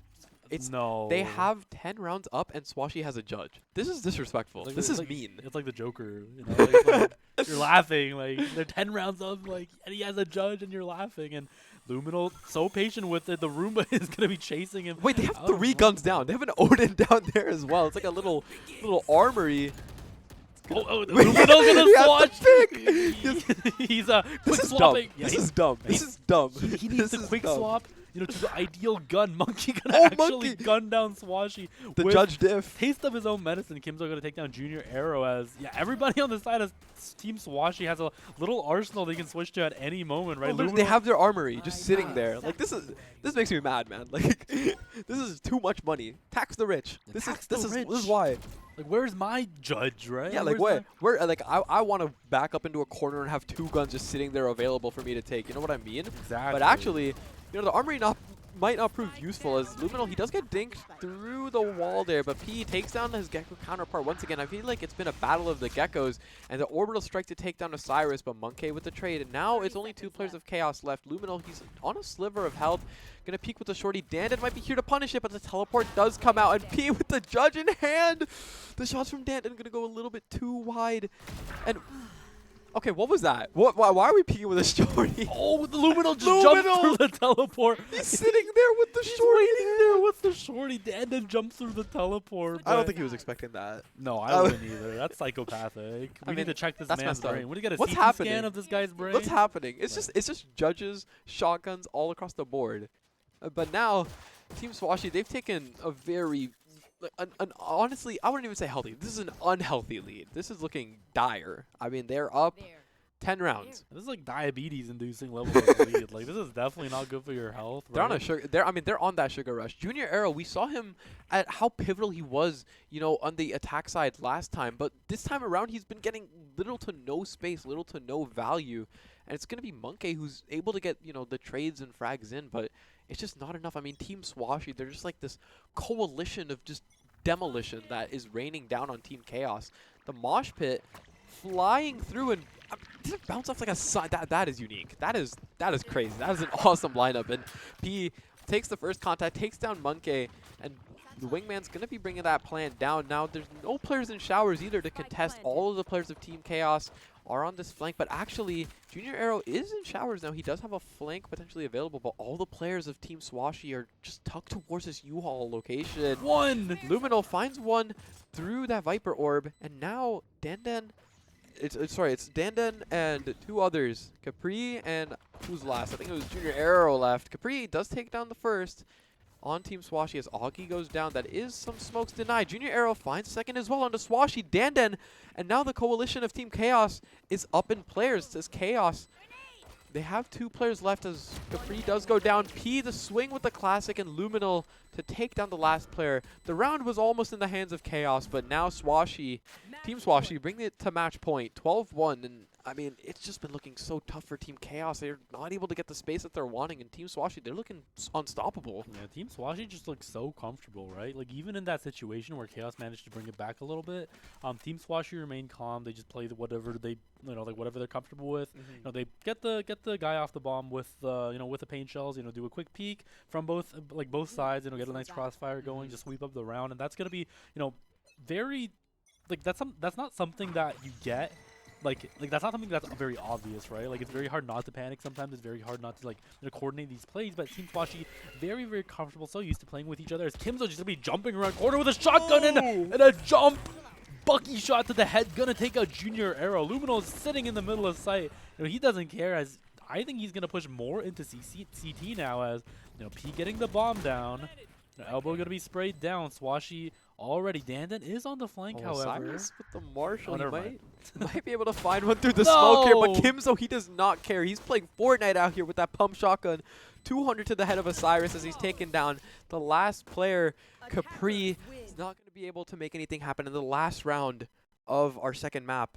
13-1. I mean, that is a show of dominance. That is cinema from Team Swashi. Absolute cinema. Absolute cinema. I mean, that was beautiful from them. Like, I think at the end of the day, it was kind of the composition that was a big deciding factor. Right, I think the double duelist was not able to get enough value on the attack side for Team Chaos. And the double controller, like the amount of control that Swashi and Pete had on B site, you saw so many times, time and time again, Chaos was trying to take the B site, but they just couldn't find an opening. And it was so difficult with, the snake bites, the Viper wall, P's utility, the Dizzy to stop, the Wingman to delay, the Mosh Pit as well. I mean, there was no opening there for Chaos, pretty much that entire attack half. And even on A site, you had Luminal, who eventually picked up the operator, Kimzo, who was just gunning people down, like, left and right.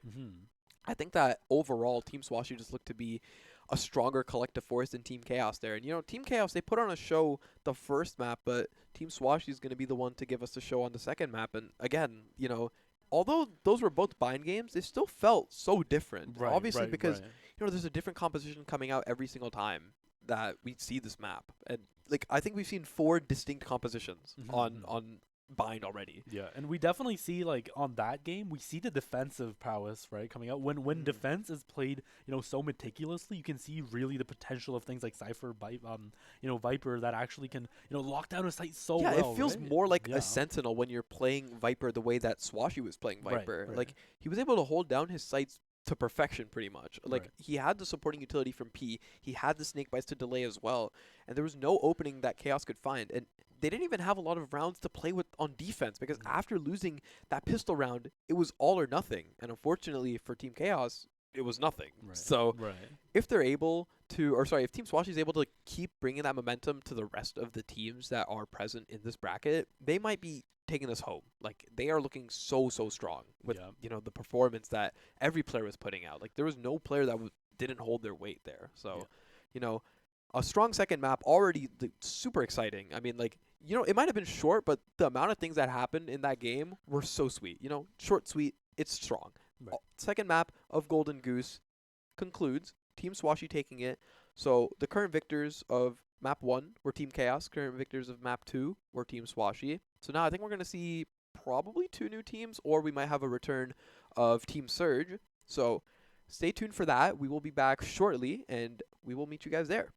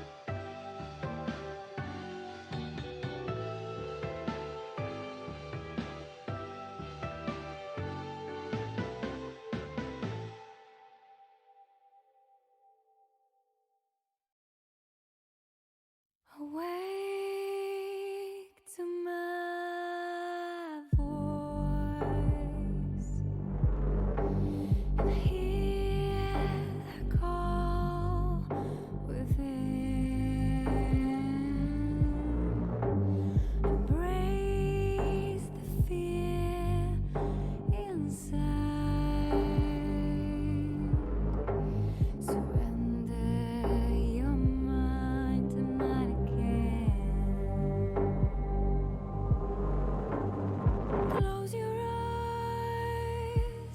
have faith in me, and leave the light behind. You're never alone.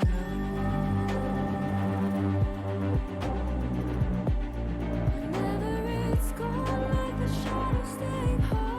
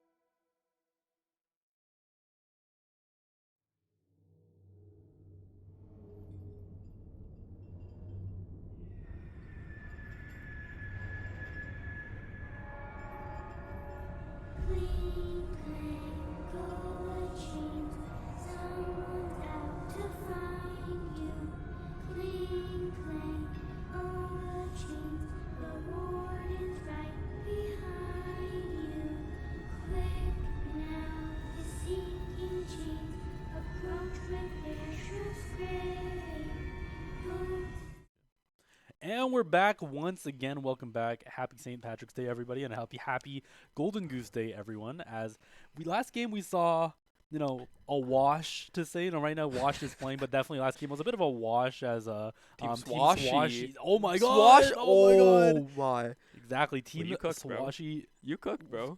I cooked. What can I say? Team Swashy. We just watched them wash Chaos, and now Exactly. we're watching. Washing. Oh my, words are hard, man. Yeah, it's We're very hard. watching Washed versus Chaos. So now we're finally on a different map. We're playing on Lotus. Previously we saw 2 bind games. We saw Chaos display a very strong bind, to say the least, but we saw, Team Swashy display an even stronger bind. They take the last map 13-1, and Chaos, they might not be feeling too confident off of that last map. If they're able to bring, a new energy and bring a different momentum into this map, they will look a lot more solid. But already we see some very unique things. I feel like Lotus is one of those maps that typically does have a very standardized composition. I feel like typically you'd have, Viper and then an Omen. Right. You have the Raze. Right. You'd have, I think, like most people run Sky. I think Sky is really strong. Yep. And then lastly, you'd have like a Killjoy. Right. Some teams also run Gecko. I think I like Gecko a lot, but as a sole initiator, it's kind of difficult. So I've seen teams opt for no Killjoy at all, Right. or like no Raze at all.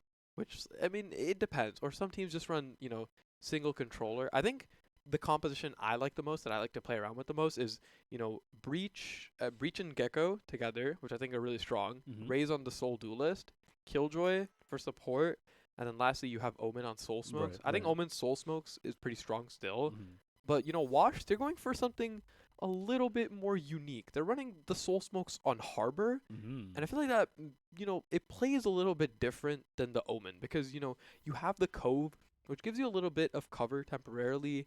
You have the Cascades, which also, they're basically just mini Viper walls. And, they do have a double duelist composition on the side of Wash. They have the Reyna and the Raze. And Team Chaos, they're choosing to run just Dandan on Reyna. So things could go either way here. And surprisingly, neither team is running Killjoy, which I think is really surprising. I feel like Killjoy can just hold down C all by herself with her utility. So it's going to be a little bit unique to see how these team compositions play out. Like we said before, this isn't any professional league. This is more than a professional league. This is Golden Goose. So anything can really happen. Both of these teams going for very unique compositions. There is indeed a big Lotus on the top of this. Actually, I never knew that. I'm not going to lie, I didn't notice that either. I've played this map That's like why it's called Lotus. There we go. Now we know. I just okay. thought it was like good vibes. Like that's why it's called it's Lotus. green, It's green. There's like flowers. St. and Patrick's stuff. Day. Oh my God, Green St. on Patrick's theme. Day. That's perfect. It's too perfect. We didn't mention this before, but Chaos is going to be starting off on the attack side as Wash is on the defense side. And we see some fights going on early towards A, but it seems like Team Chaos want to finish B. There are some cages here, but Osiris teleports out in the open. Marble waiting for him back of the site as he takes him down. One shot to the head is going to be enough. And now the players of Chaos, they're a little bit stuck into where they are. Dandan, he does find one on the Hobo, but it's traded out by Marble. Junior Arrow finds the flanker, that's Tamzy.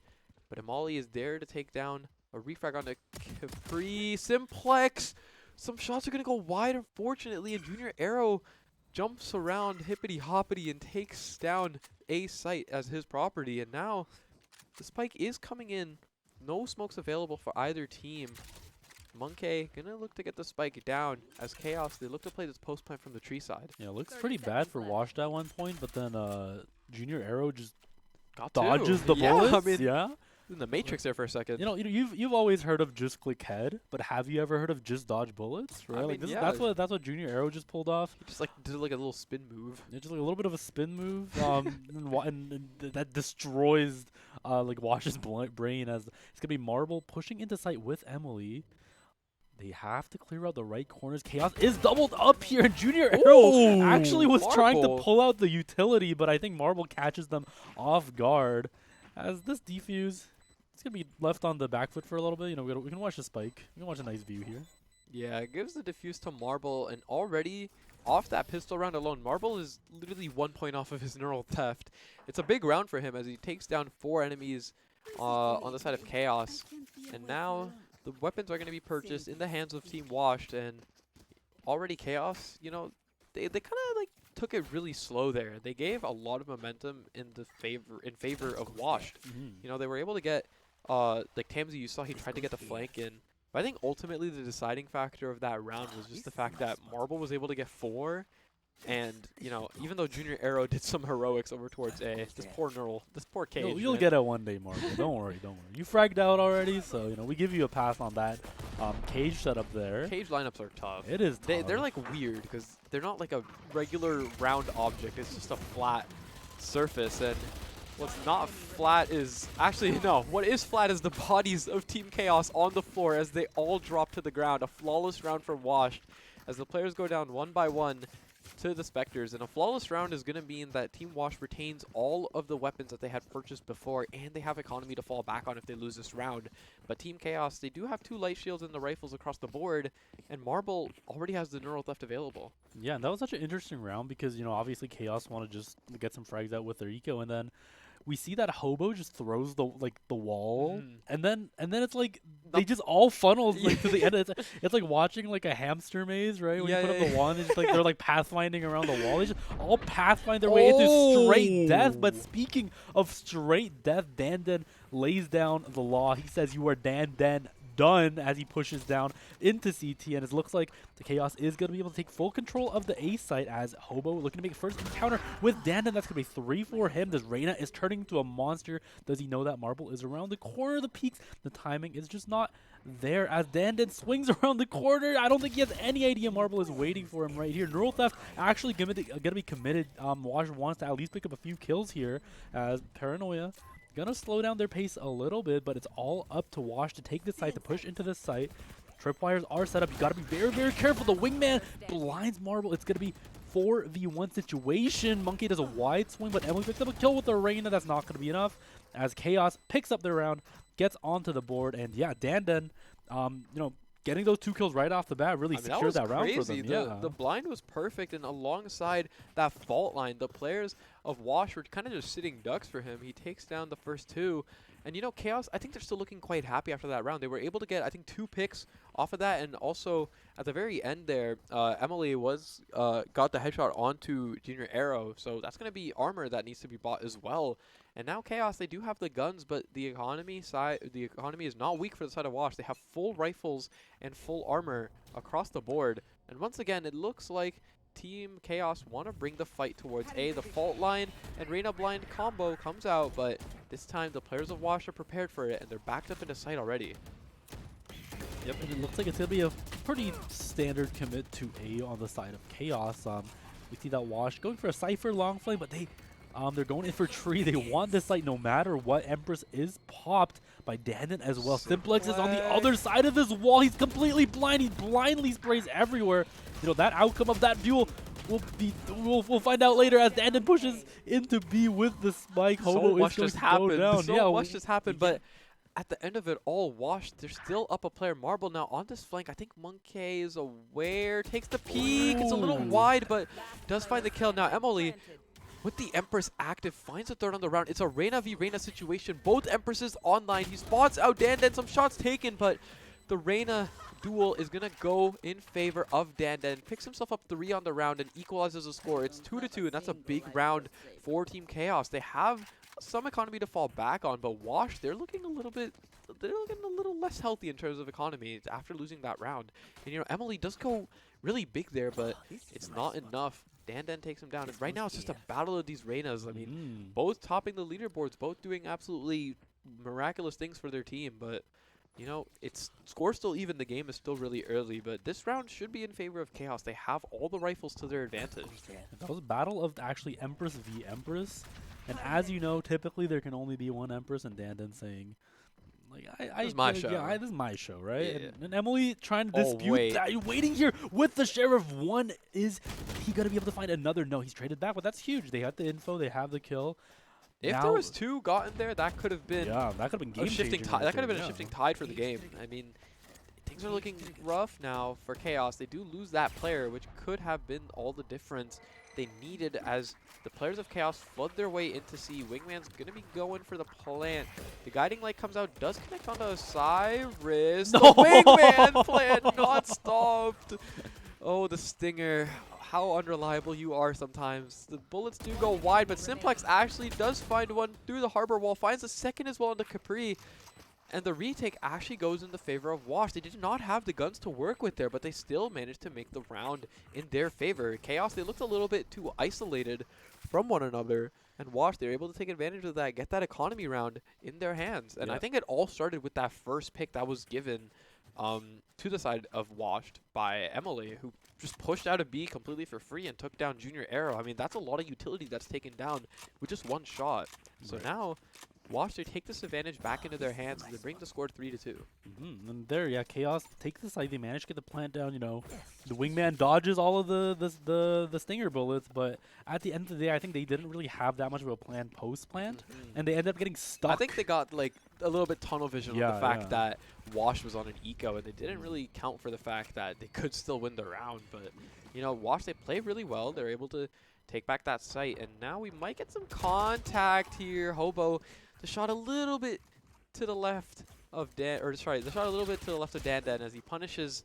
But Marble is there to punish back as he takes down Dan. Now space is gathered on towards B. Junior Arrow finds a little bit of information with that aftershock, but the neural theft is committed, and now the enemies of, or the side of Wash is all revealed. Here comes the rolling thunder onto Simplex. It's not enough though, as he takes down Junior Arrow with the showstopper. Now it's a 4v3 situation. Wash do still have the player advantage, but Osiris going to be spotted out there and taken down. Emily, headshot on to Osiris's head now, so it's still a 4v2 situation. Chaos, they do have some space to play around with. They know that a lot of the players are towards B and A. Capri going to try and take a peek with the timing. It's not going to be enough though. Marble finds the pick, and now it's all up to Monkey. Yeah, and it looks like these encounters are slow. These encounters are controlled, but at the end of the day, 30 Wash seconds is left. slowly chipping away at Chaos, and they're coming out on top. You know, this has turned into a like an anthill to a mole, the molehill into a mountain as all these advantages pile up. And at the end of the day, it's 4v1 situation for Wash as Monkey knows that there's someone pushing through the smoke. Tamsi not gonna be able to pick up a kill there. I think he's just gonna 10 go for the seconds left. save. Maybe, you know, if that's something Wash wants to let happen, maybe they're just happy keeping the guns. But yeah, we definitely have to see what's gonna happen on the side of Chaos, as hopefully you know, they can press the Wash. Hopefully presses the momentum going forward, and Chaos, you know, maybe hoping to make something happen with his rifle. I mean, yeah, I think Wash is kind of just chilling right now. They have so much money in their hands, and somehow Hobo is still not going to be receiving a buy. Why is he on Light Shield? We have 2 teammates with over 6,000. Why does Hobo have Light Shield?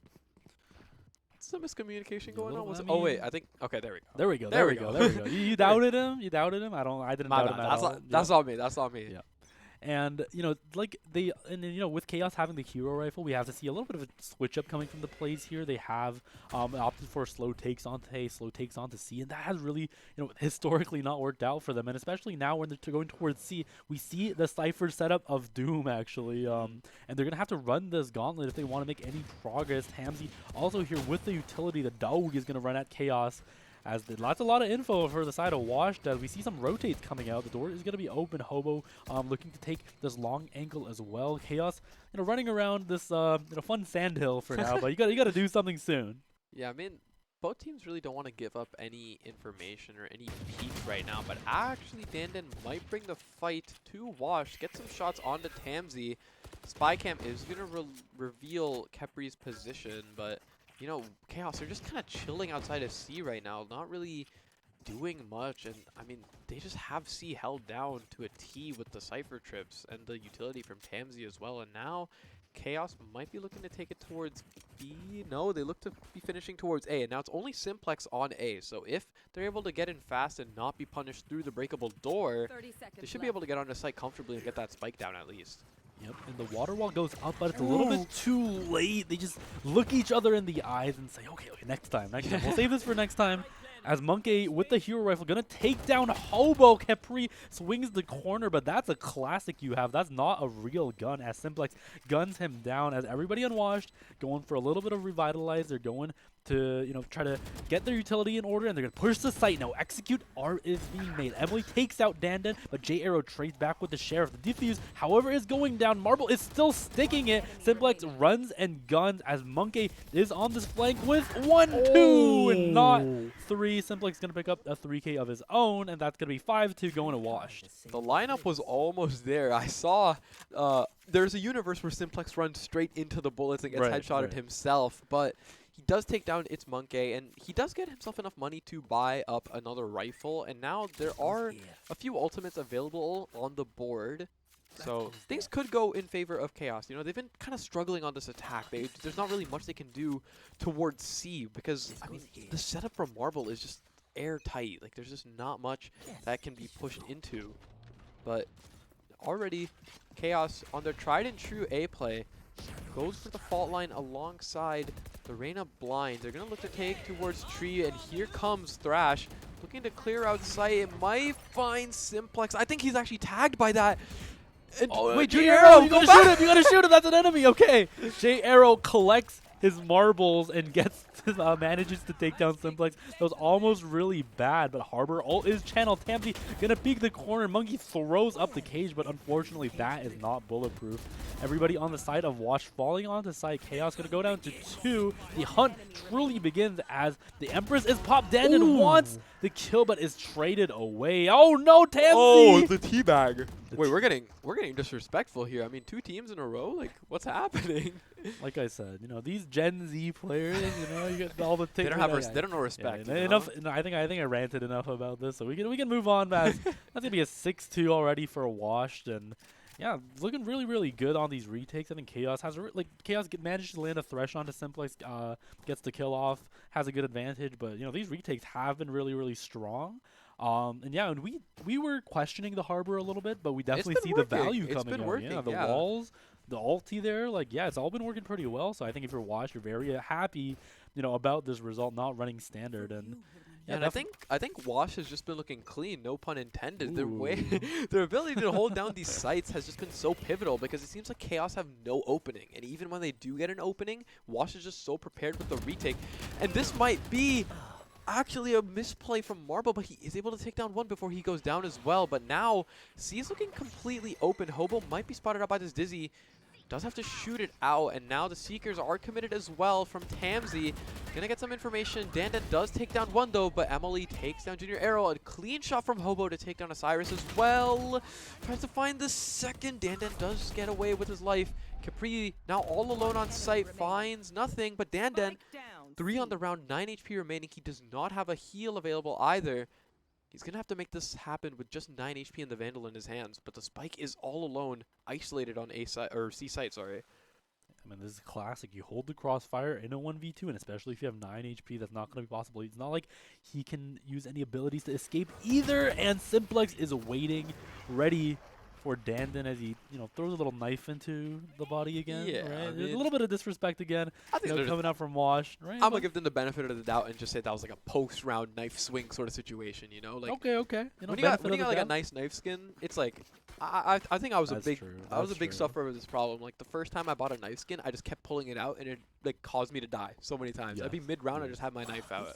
Let me look at this for Let me look a at like it's second, not like okay, you spend money, you want to admire what you're spending your money on. So exactly. Did I spend $50+ to just have it not sit? look at my Exactly, knife? Right, like- exactly. I'm just saying, like You gotta get your money's worth, right? oh yeah, for sure. And it seems like Washed have been getting their money's worth. They're putting all this utility and all their guns to so much use. They've just been stopping Chaos in their tracks. And now, once again, Emily has just been given so much space to push up and potentially punish Monkey, which they are going to be able to do as they take him down. But some fighting back is coming back from the side of Chaos as Capri and Dandan pick up one respectively each. Wash now left down to just 3 players. Capri also on just a sliver of health, though. They do have the From the Shadows available, but not much more that they can work around with. They do have the player advantage, however, but one player on each site for Washed. You know, they could make something happen if they're able to hold down these sites airtight. Yeah, that's smart. I think the smart play from Chaos is to go B here because, you know, C, they can meticulously clear out all this utility, but Marble, you know, the Cypher setup can be a one-man army sometimes. And yeah, like I think they know that now that they know Cypher has the setup on C, they want to commit to another site.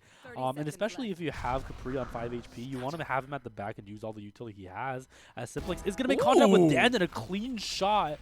That's the result of some dummy training in the range. They're a clean headshot as the wall is going to block off the push from the side of Chaos. There's only 13 seconds left on the board. The utility is so good. J Arrow brought down to 14 HP, but Chaos going to make their way onto the site. This spike is going to go uninterrupted, planted onto the site. Hobo takes down Osiris. And that's actually the only healthy player on the side of Chaos. I think combined, Chaos has 18 HP left.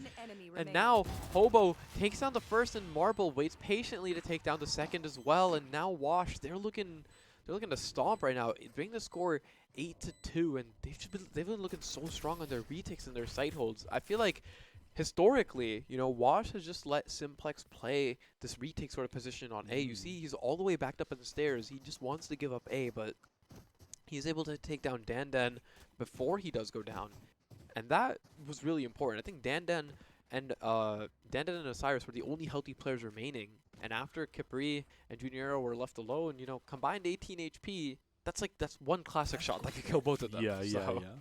You know, Wash, they're playing really strong right now. After the C hold, like, I feel like it just basically limits Chaos to just 2 sites that they can hit, and they haven't really been trying B at all. You've seen Emily's been able to push down, but this time around, they might be ready for Emily's push. 3 of the players waiting outside B. You know what's really scary? Marble, the amount of attempts it takes to put down that one-way has been decreasing. The moment this man figures out how to put that on first try, I think it's going to be completely over for Chaos. Ooh, as the Marble moment he figures out how to take down Dan, it's going to be a big pick for them. He actually does not clear out Marble, who's sitting behind this box. Might go for a wall bang, potentially. But he actually has no idea. The discipline from Marble is so beautiful here.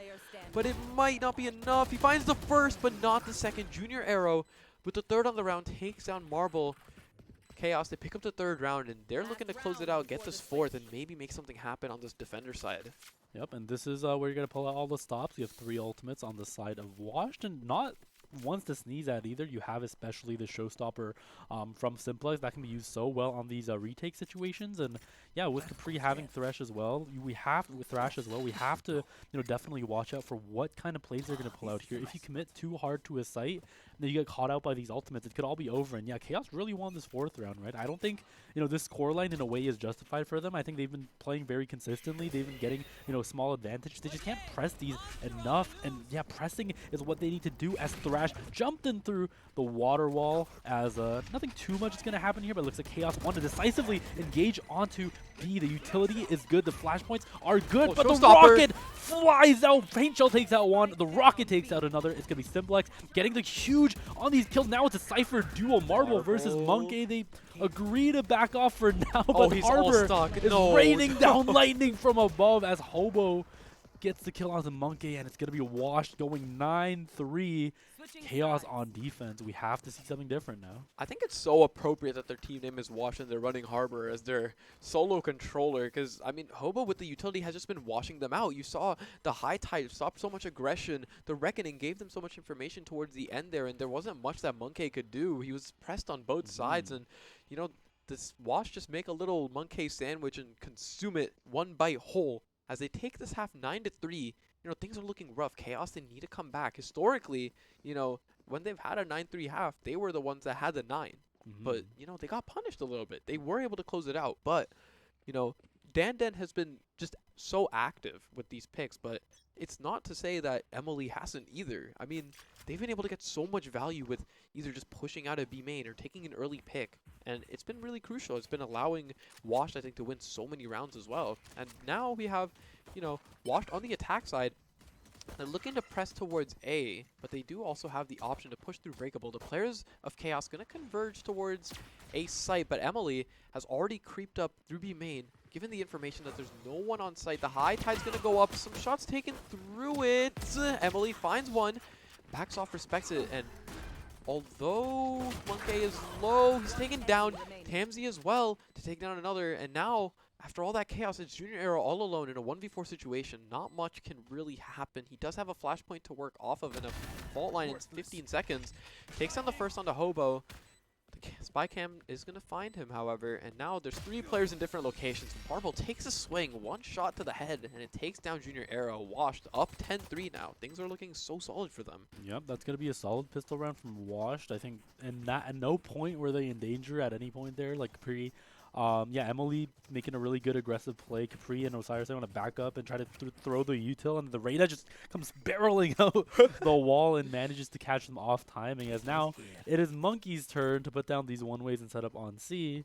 As you know, on the other side of the map, we see Washed we see maybe this will be a round where the Cypher actually gets a lot of utility if Washed pushes into this site, and that's all you need really. Like, you need to win these rounds off the backs of the Cypher. If you can't win with a gun, you gotta win with a utility. Speak of the devil, Tamsy's gonna push into site. One trip's gonna be hit. That's not gonna be Emily, though, oh, no, waiting patiently for Dandan as he walks right into their trap. Some shots taken by Monkey, but it's not going to be enough. Simplex brought down to just 20 HP, but now the players of Wash converge onto the C site. Osiris does take one down with him as Marble falls, but now the players of Chaos, they're going to have to be really aggressive on this retake as the spike goes down. Emily does take down Capri, takes down Osiris as well, and now it's all up to Junior Arrow once again.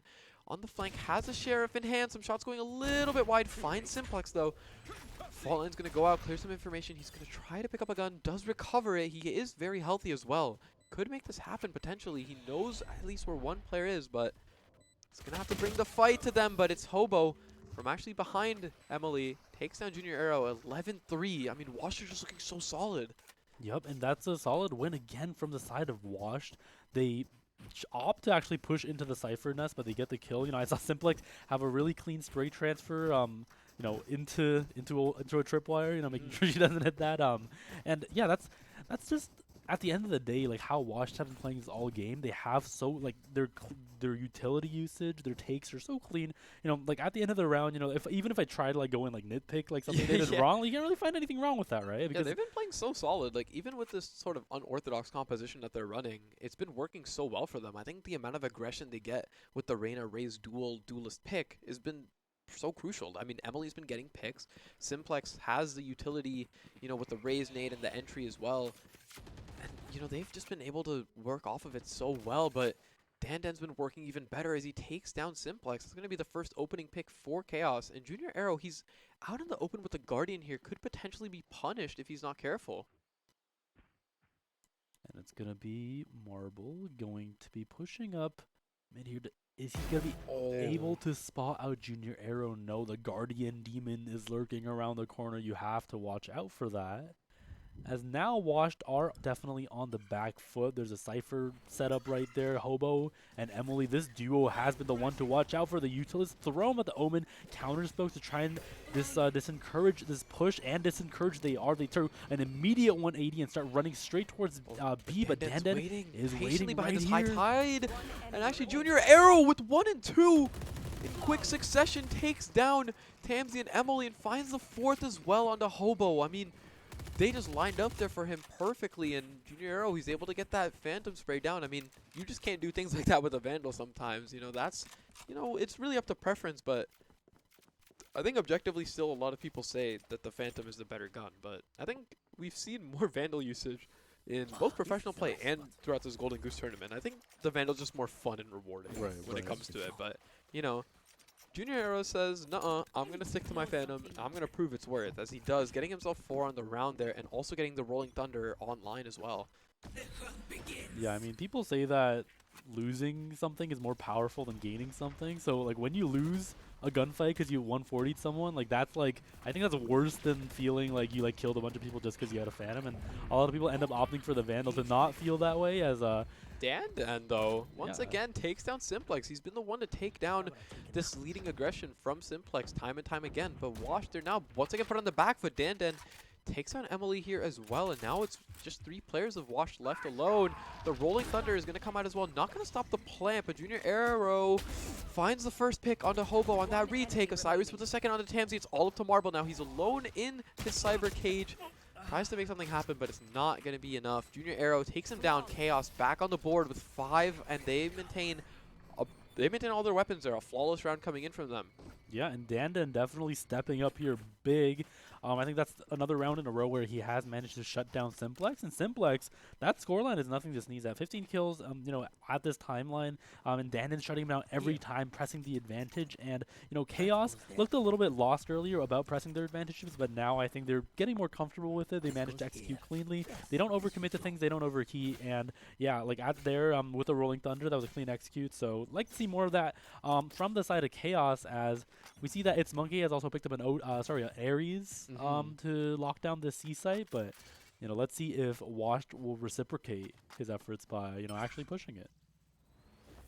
Orb is put in the hands of Simplex as he gets that showstopper online. He might look to bring this towards the C site. Junior Arrow has a fault line prepared, and if Simplex is able to take down this trip and get in with a showstopper, the round could go in the hands of Washed, even though they do have economy weapons. And Marble looking to creep up onto B, might find a timing, but it's actually Emily who gets the first timing pick onto Osiris. Doesn't opt for the heal, but picks up the Vandal. And now the players of Chaos, they seem a little bit lost because they're not sure where exactly Emily has gone. They're playing careful towards A. Dandan might look to find a pick, but Emily is actually there to take down Capri as well. And now Wash, despite being not advantageous with these weapons, they are able to get themselves 2. Monkey gets one onto Tamsi, but Marble is there to trade it out. Junior Arrow looking to find Marble, but these shots with the Ares through the wall are going to be the deciding factor as Junior Arrow goes down. It's all up to Dandan now. He does have the Vandal and some health to work with. Takes down the first player, Simplex. Is he aware of a Hobo? Yes, he is. Takes the peek. Takes him down, Hobo. Now it's a 2v1 situation. Wash, they do have weapons in their hands. Marble on half HP, but Emily still so healthy.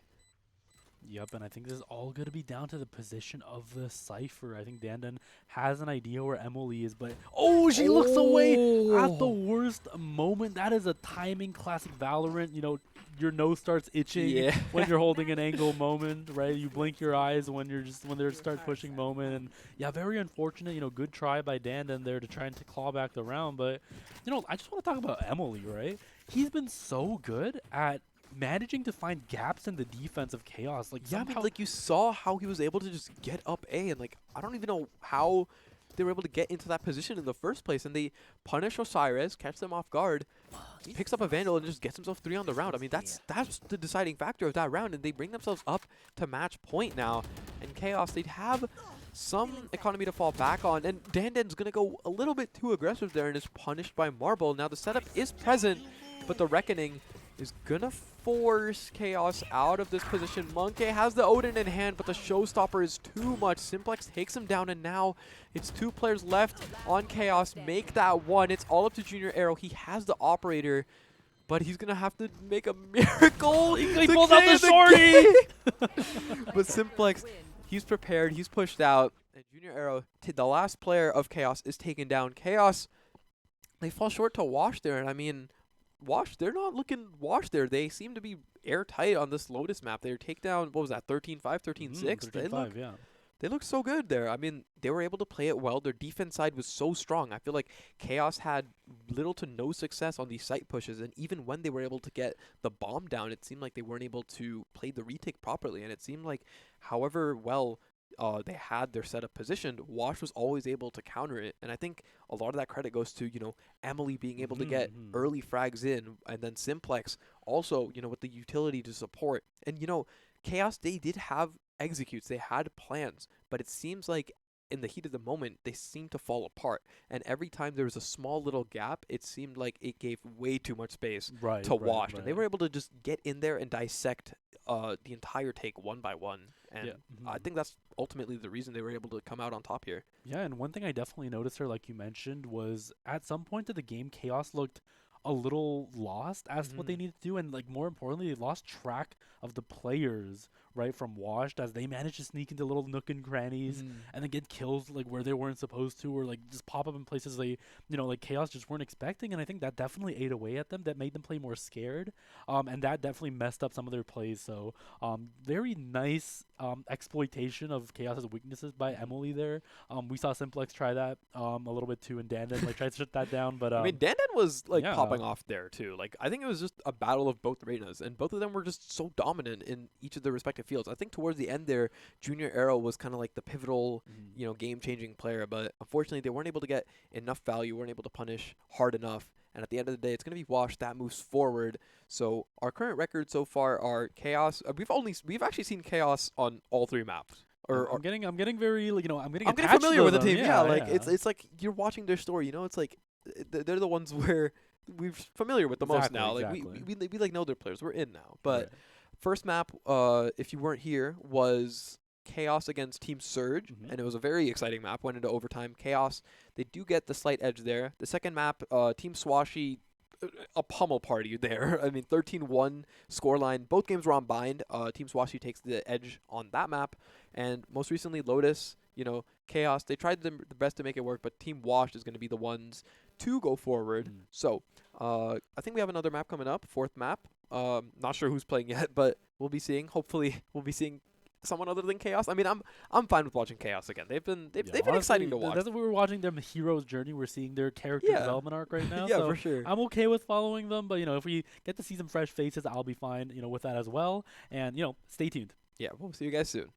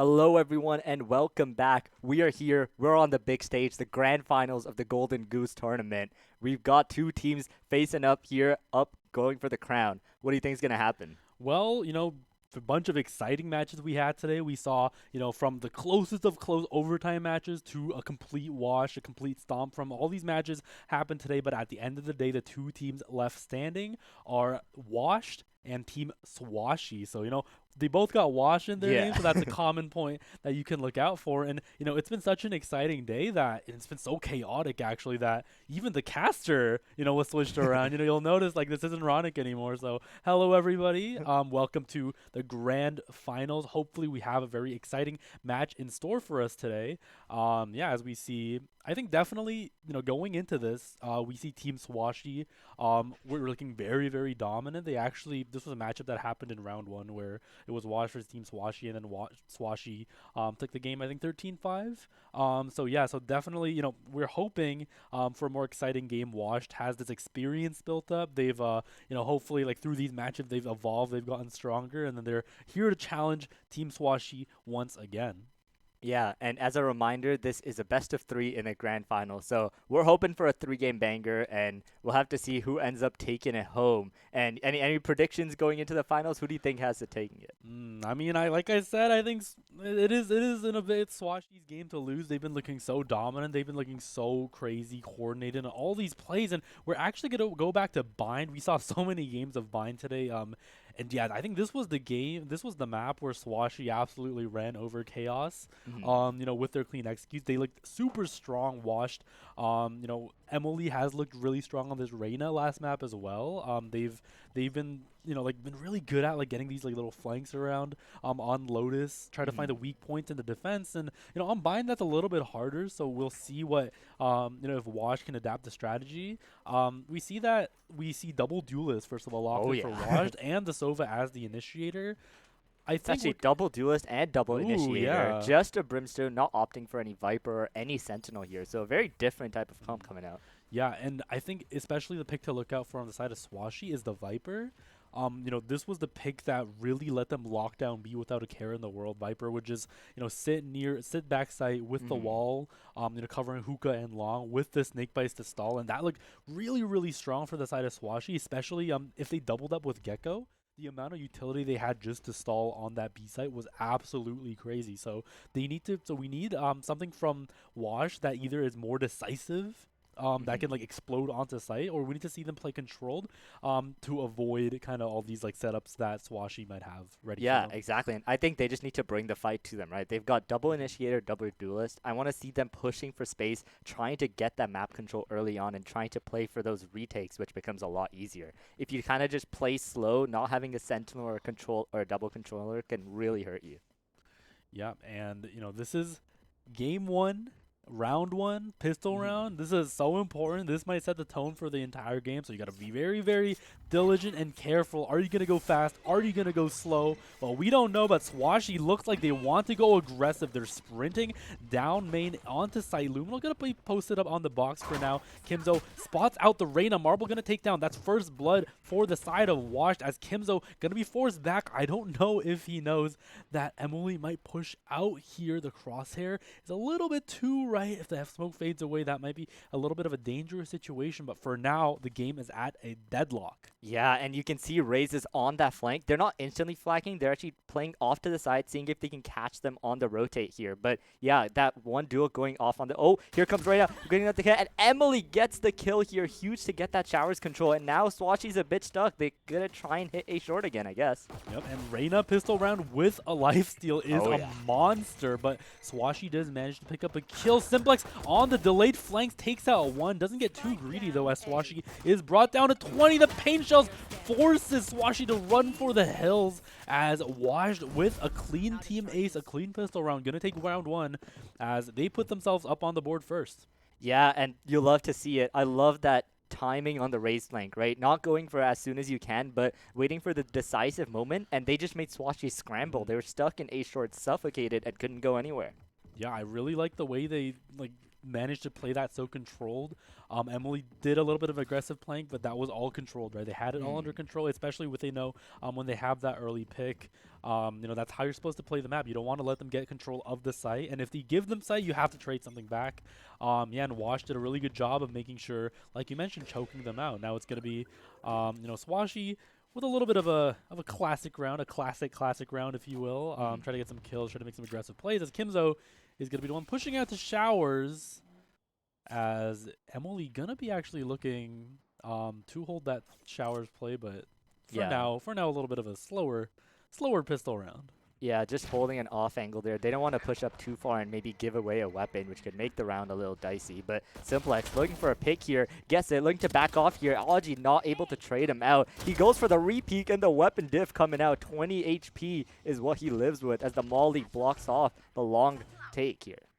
Yeah, and Kimzo and the squad are patiently waiting in this long. They explode out onto site. Hobo is actually going to be spotted up by Swashi. That Sheriff is going to do numbers. Swashi with another headshot. Kimzo with the kill as well. And that's going to be the tides of battle suddenly turned in the favor of Swashi, as Marble, however, has the Ares. The arrow is good, but they have to be very careful here. Swashi has secured guns. They have the Sheriffs. One wrong peek could mean death, as Emily just jumps out of hookah. Not going to be contested. Another blind going out, but the double angle is going to take him out, as Marble still has the Ares in hand, but this crossfire looks really, really difficult. Yeah, and the peaks one by one, and the thrifty by Swashi here. That side take was beautiful. They're able to easily get onto the people on site, pick up their weapons, and just like that, it was a 3-on-2, and then they just close it out. Yeah, I mean, that looks really good again for the side of Swashi.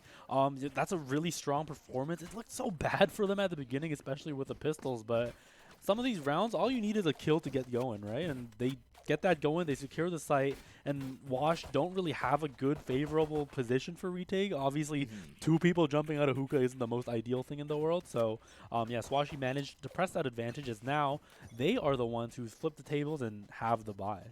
Yeah, and you can see they're going for another fast hit down long here. They do not care about A, as Kimzo's dog is looking for the space, does not find anyone. While Simplex, he's going to get pushed out again. He got 2 last time with the Stinger, or with the Spectre, but the Stinger not as good, and he has to back off. And he's going to be spotted out by the boom bot there, as Luminal takes flight in the backside. Kimzo sprays down too with the Spectre, and they know that Marble's in here. Oh no, Marble caged. What a clean headshot onto Swashi. That's going to be a little bit of a surprise. I think this gives Wash a little bit of control in stand. They managed to pick up the guns. Now it's going to be bomb going down by the wingman, however, as Swashi managed to take site control. It's going to be Wash's game to retake. Marble is going to swing around the corner, but that's not the corner you want to be looking at, Marble. Emily, one Sheriff and a Dream. Is he able to going to be able to pull off the miracle clutch? The answer is no, as Luminal picks up another, and that's going to be 2-1 going over to the side of Swashi.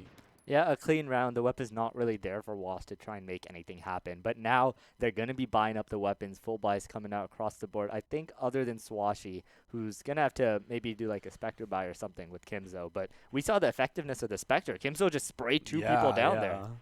Yeah, I mean, Kimzo, this game especially, like, has put his foot on the accelerator, and he's not let go. He's been very, very good, making the plays off as the initiator, and then just running in after his own dog and saying, like, I'm gonna get you, right? And I definitely like the amount of aggression that Swashi is showing in these takes, and yeah, definitely Washed isn't looking too bad as well. So this is plenty of time to claw back the momentum, plenty of time to play slow, maybe take these better trades. As right now, again, that arrow gonna be a sting a little bit, but P just tabs Emily's head out of existence. Yeah, and you've got that man advantage coming in here, which means they're going to try and reset, maybe go down A is where all their team seems to be going towards. And you got Sky and Raze. They do have a little bit amount of stopping utility, but they really can't hold site by themselves if the big execute comes in right now. And it's going to be Luminal, going to be the Roomba with eyes on the side of Swashi, as the grenade paint shell is going to actually land on top of Kimzo, but Kimzo does not care. He swings into U-Haul. Round 2, and Luminal is going to be the one picking up the kill this time, as 1 HP and a Dream remaining. As Hobo, nice wallbang through the wall, but a double peek by Augie. Going to cleanly pick up that trade kill, as that's going to be 3-1 Swashi. Yeah, and just like that, Emily not hitting that first shot just lost so much map control for them. They couldn't see anything that was happening in hookah, and the really good call, I'm not sure who is the IGL on that team, but being able to quickly move up to A short and just attack that site so quickly, Wasp just couldn't respond. Right. And definitely I like how, I mean, like again, Wash are trading back kills, but Swasey's just doing it at a faster, more efficient rate. They managed to get the trades where it matters and take control and take space.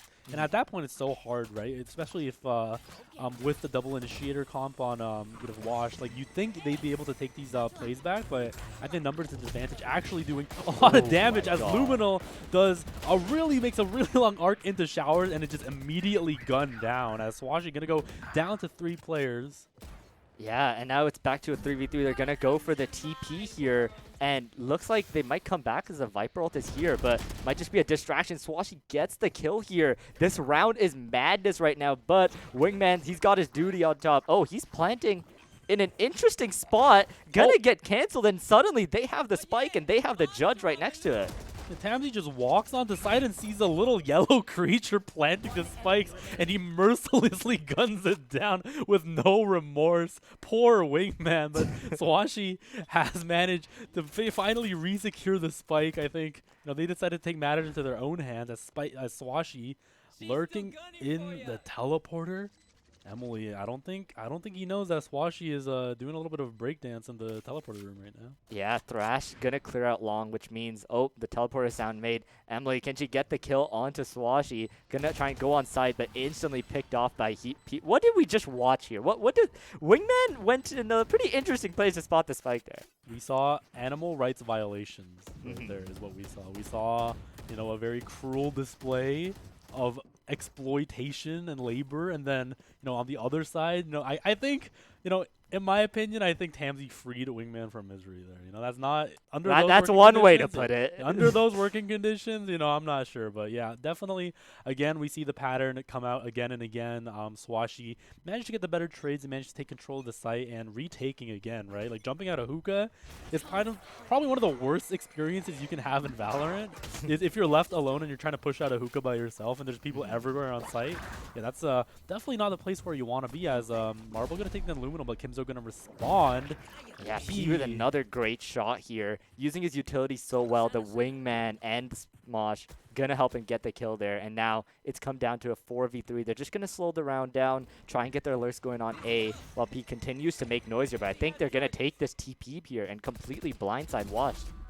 Yep, and we see that it's just only gonna be it's only going to be the Rays sitting in U-Haul right now. Simplex isolated. They have to make some kind of play, but Kimzo does not want to give them the opportunity. The enemies are converging on Simplex from all directions as Wash just being led around the map, honestly. Like the teleporters, the flashes, all the utility coming out. This is really, really chaotic, and Swasey find their element in the chaos. Yeah, and now with the double controller on the defense here, retake is going to be pretty tough. You need a crazy shot, but P's the one who pulls it off again. This man has been on fire as Hobo going to be the last one going down with the brim diff from Aji. We've got it to 5-1 now.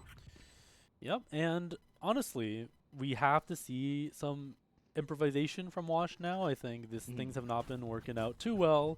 Trying to hold these defensive positions. We need to see either aggressive plays. We need to see more traits come out. I think we just see coordinated aggressive plays. You see, like Emily just peeking out by herself, or people just getting picked off. Simplex is alone in lamps, getting jumped by 3 people. Right? Swasey's playing so well as a team. You have 2 initiators on the side of Wash. Try and enable your duelist to get some picks. Right, and definitely coordination is the name of the game here. As right there, Luminal, the utility goes out together. The Raze flies into your face. If there was somebody there, that could have been a kill. As like we mentioned, Wash, that's going to be 1 down. Simplex, that's going to make it 2. Thrash not giving Wash any room to breathe. Completely clears out the site. That's, Augie drops the bomb for his teammates. You want to give the all points over. Be generous. Yeah, we got some Sofa lineups coming in to get some damage down, but not going to do much here as we've got the double flank coming in. This needs to come up huge here, but the weapons are not the best. Emily. Oh, only 1 left here as Kimzo gonna pick up both of them. Marble goes down last, and that's a flawless coming out of Swasey. And that execute makes the screen dark, grim, and rainy, and that's what it looks like for the side of Washed.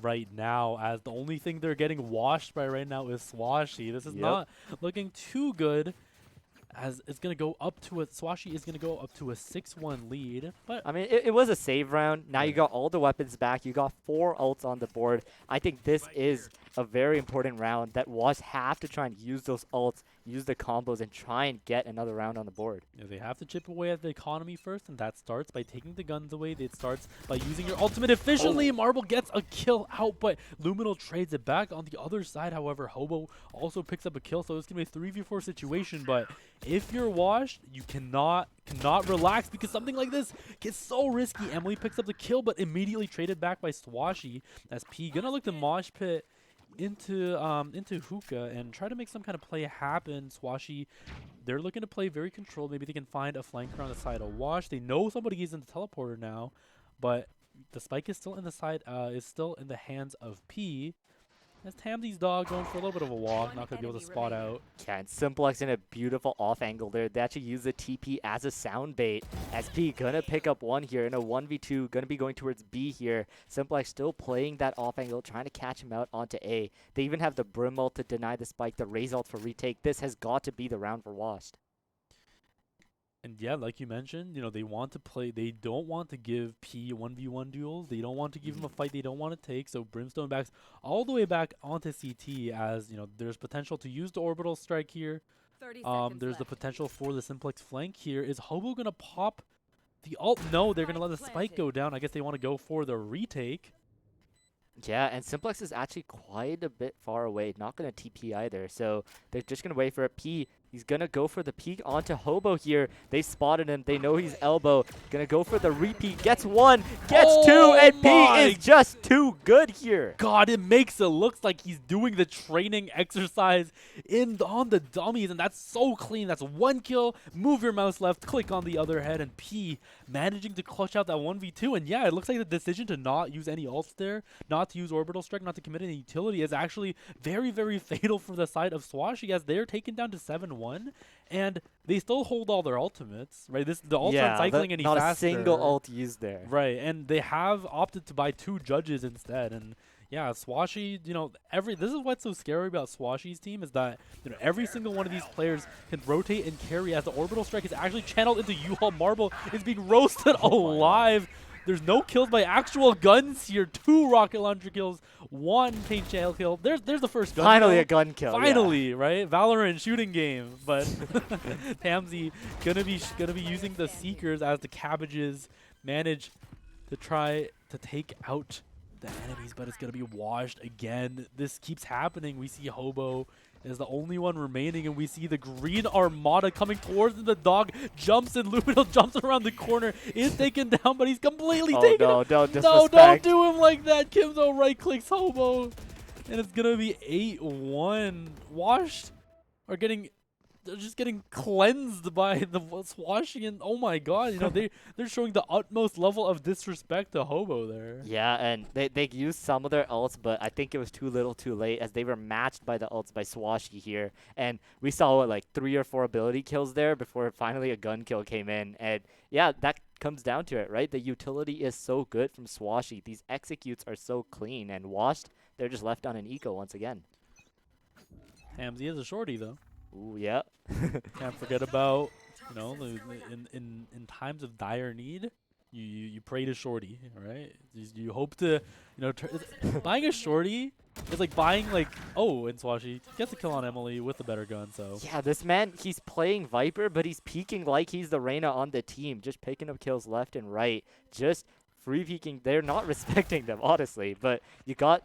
Oh, the dog is actually used so well in Hookah here. They're going to clear out one. Second person, not going to be able to trade them out, as the weapon diff coming in here, as the Sova ult hitting down upon sight. Person going down left and right, and they're going to get the spike onto the site with a flawless. And yeah, that really showed how coordinated these takes are by Swashy. It looked like an FBI training operation or something, as, they just flood into Hookah. The flashes come out like, flashbang out, FBI open up, and then everybody on the side of Wash is just completely demolished in a second. They look so coordinated. They look so good, as, like we mentioned, Swashy, they have the coordination on lock, the utility on lock, the amount of trades coming out on lock.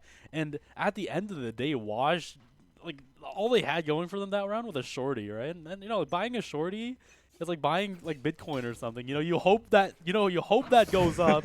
Right, you buy that, you hope to flip that into like 3,200. You hope to like jump around the corner and get an op with it, but if it goes nowhere, it goes nowhere. And yeah, unfortunately, the markets don't look too good today. Marble gonna be flipping the table actually, as that spike, that's 2 kills. Yeah, and they're playing together. You see 2 of them. The op was kind of baiting for the rifle there as Marble picks up both the kills with that swing. And now they've got the man advantage 5v3. Let's see if they can finally pick up another round. I think it was the first pistol round that they won, and it's been doom and gloom since then. Yeah, but you can never count out Swashy here. The way they've been playing. Marble gonna be taking Swashy very low, but Kimzo just Doesn't here. matter. It doesn't matter. Yeah, I mean, Kimzo's that's got the 50 heat. armor. There's some value there, right? And Yeah, and Emali going for a flank here, but they're ready for it. But Emali's too good here this round, and she picks up 2, and it's just Aji left, and he's got 1 on the board. 3 people left. He has to somehow make his way to the spike here, and oh my god, picks up another one. This man's aim is on fire right now, but so is Emali. It's gonna be the big duel coming across here, and Aji wins it too. yeah, I mean, I'm not gonna say this is the best look. Oh, he's because they're giving Aji these 1v1s. They're ego peeking him a little bit, and this is not looking too good on the side of Wash all of a sudden, as we see Simplex scrambling to get onto site. One advantage Wash has though is Augie has no idea where this raise is gonna come he from. does now. Never mind, he knows now. The poing and the wall bang. That's gonna be a kill to Simplex. That looks really dangerous for Washed. It's a back and forth kind of game, but Simplex manages to edge out the win there, and that's going to be another round on the board for Washed. And in these kind of games, every round matters. So Yeah, it was a beautiful nade by Simplex. I believe he got that first like tick of damage perfectly onto him, and that allows him to just spray him through the containers to get the kill. And you're hoping for the 9-3 curse here if you're Washed. Just one more round that they got to get on the board, and hopefully miracles could happen. Yeah, I think there's 2 different types of 9-3 curses. You know, you're either this is like the harder type of 9-3 curse where you actually have to win to activate the 9-3 curse. That's fair. Sometimes I'm down 8-3 and I'm like, we can lose, guys. We can lose. We can activate the curse, and this is the harder condition to fulfill, right? So definitely you have to, in order to activate this 9-3 curse, they have to pull out all kinds of things to manage to get this win. Augie gonna take down onto Emily. It's not looking too good for them. Hobo is stuck on the right side. Nothing but a Guardian and a Dream, but his screen so blind. turns entirely green. Happy St. Patrick's Day as Luminal is gonna pick up another kill onto Marble. And yeah, Simplex is just stuck in here again. Like, how many times have we seen this position? He just gunned down. Tamdi just guiding the bird into sight, but I don't know how much that's gonna do as we see the red army flood the screen. No, he's just gunned down by a classic. That's gonna be 3 for Swashy and a 10-2 half.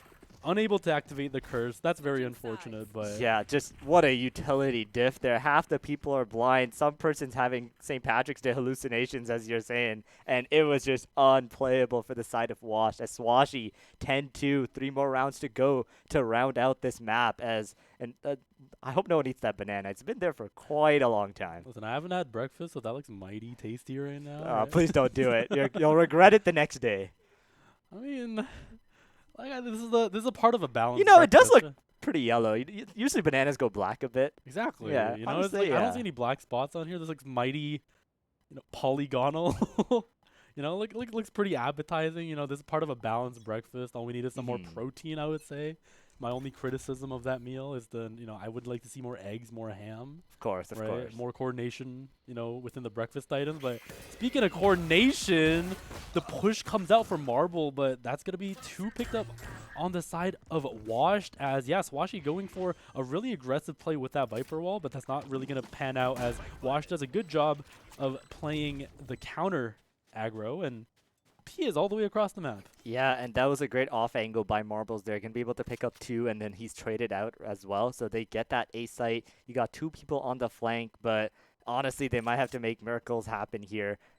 We've got Hobo going to be the first contact as they peek him. We'll see if his aim is on point as he gets nothing. Swashy picks up the kill, but Pete is so low. Wingman going in for the defuse here. They see Sky and Lamps, and Wingman getting spammed out. He's still alive. Wait, they have to get the Wingman. They have to get the Wingman. Okay, the The bomb is half, but the wingman is actually going to go down. Swashy gonna No flicker way. his screen everywhere. Oh my god, how is he not dead yet? He What? got it. He What? got it. What? Oh my god. How did he get that? Swashy pulling off the heist here to make it 11 rounds for them. He puts down the smoke and he vanishes inside of it. They just could not get him there. These guys are just insane. Swashy activates Ultra Instinct to dodge all of the bullets by swinging his mouse around at extreme speeds, and it somehow works against 3 members of Washed alive. That's gotta be a heartbreaker. That's, you know, that's where you mount your comeback, right? These pistol rounds, you pick up this kill, you know, you get the eco buy, you win the bonus, you know, hopefully you have a chance to come back, but, you know, Swashy invoking some kind of divine power to not get hit by any bullets and Yeah, he's claw Neo back from around Matrix there, man. Yeah. Like, I don't know how. Everyone was spraying him down, but yeah, that's what happens, right? You don't have these crazy weapons, the rifles to spam with. The pistols are not able to do nearly as well. And Marble going for some spams here, looking for something, anything to get them onto the board. As now, oh, Molly spotted. No one with him as he ends up going down. Swashy with a kill, Audie with another. Yeah, and the utility, oh my god, like I say, Simplex does get a kill, but they know exactly where he is, and Kimzo playing the Wait, what? Apex Legends once again, sprinting around the corner with a Spectre. Swashy gonna get 1, gonna get 2, no, they're gonna run out of ammo. Now it's all up to Tamsy, the bird is thrown out, but, you know, he had the arms out, but all he was embracing was death as Wash just managed to I don't know, like, it's not looking too good for them right now. Yep, and now they got the weapons on the board. They got one more chance here. Let's see how many rounds they can get. Can they pull off the miracle? But you can see the buy on the side of Swashy too. 2 Bulldogs, 3 Spectres, full shields across the board. It's still so good coming into this next round.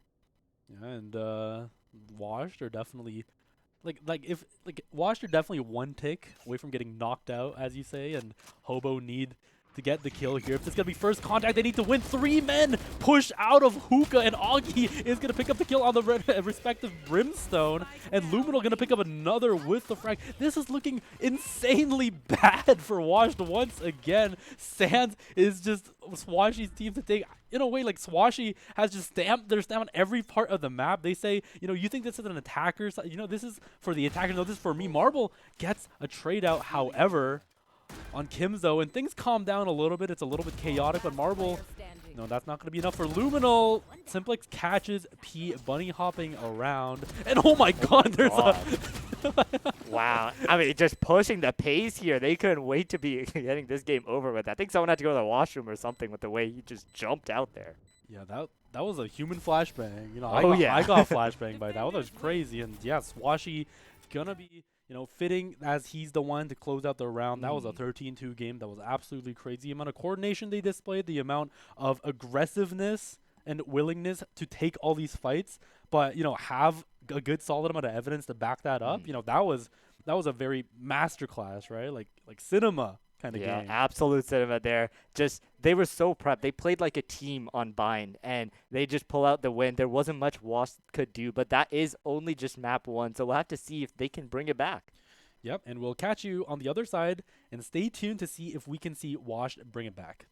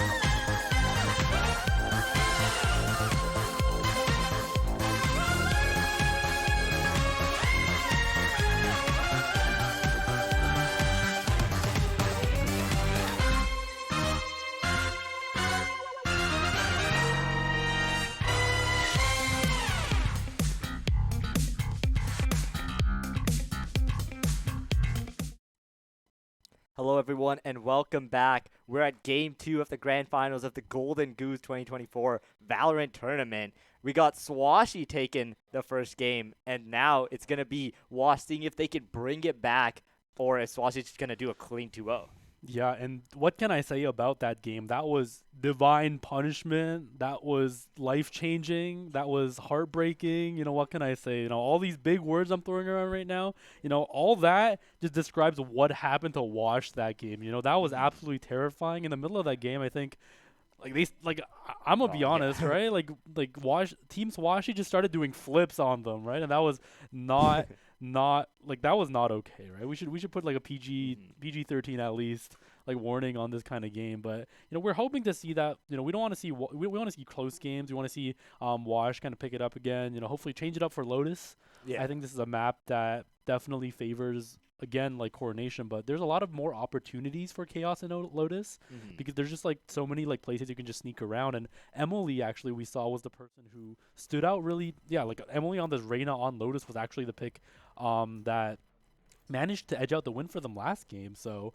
the last game. So definitely something to watch out for, as we have to see what Swashy opts for. And yeah, one thing to notice is Wash doesn't go for a Killjoy on Lotus. Yeah, I always love to see a Cypher and Marble pulling it out on the Lotus. You're going to have to get creative with those Cypher trips and cages, see what kind of finicky plays he can do to mess with Swashy's side. But on their team, we got P on that Gecko, in which he performed so well in the last map. Swashy on his Viper as well. And you got the Chamber coming in instead of the Cypher for them. Yeah, and Chamber, Lotus is one of those maps where Chamber is actually a pretty viable pick. He's so good on Lotus, yeah. Chamber, bring my boy back, right? Don't bring my boy back. He's a little bit toxic, but if he were to bring, this is a map where Chamber actually gets his sign. He has so many rotate opportunity. He has so much opportunity to take quick peeks with his headhunter and gets to push the advantage so hard. And I think definitely, the choice to not go for Killjoy and go for Chamber, we'll have to see if that pays off, as Washed are going to go for the comp that won them this map against, I believe, Chaos last time. Yeah, and I think both teams are just going to be heavily fighting over that A main. You got Marbles just going to be doing his good old Cypher setup on C, while a bunch of people on E contesting that A lobby. As every pro Valorant game you see, millions of utility pieces just being thrown different places. Just chaos in that place. Yeah. This is the opposite of chaos. I feel very at peace right now. Oh, yeah, for now. Yeah, for now. 5 seconds, this enjoy it. This is a very pretty map, right? Mm-hmm. Yeah, I mean, I could definitely go here for a vacation after.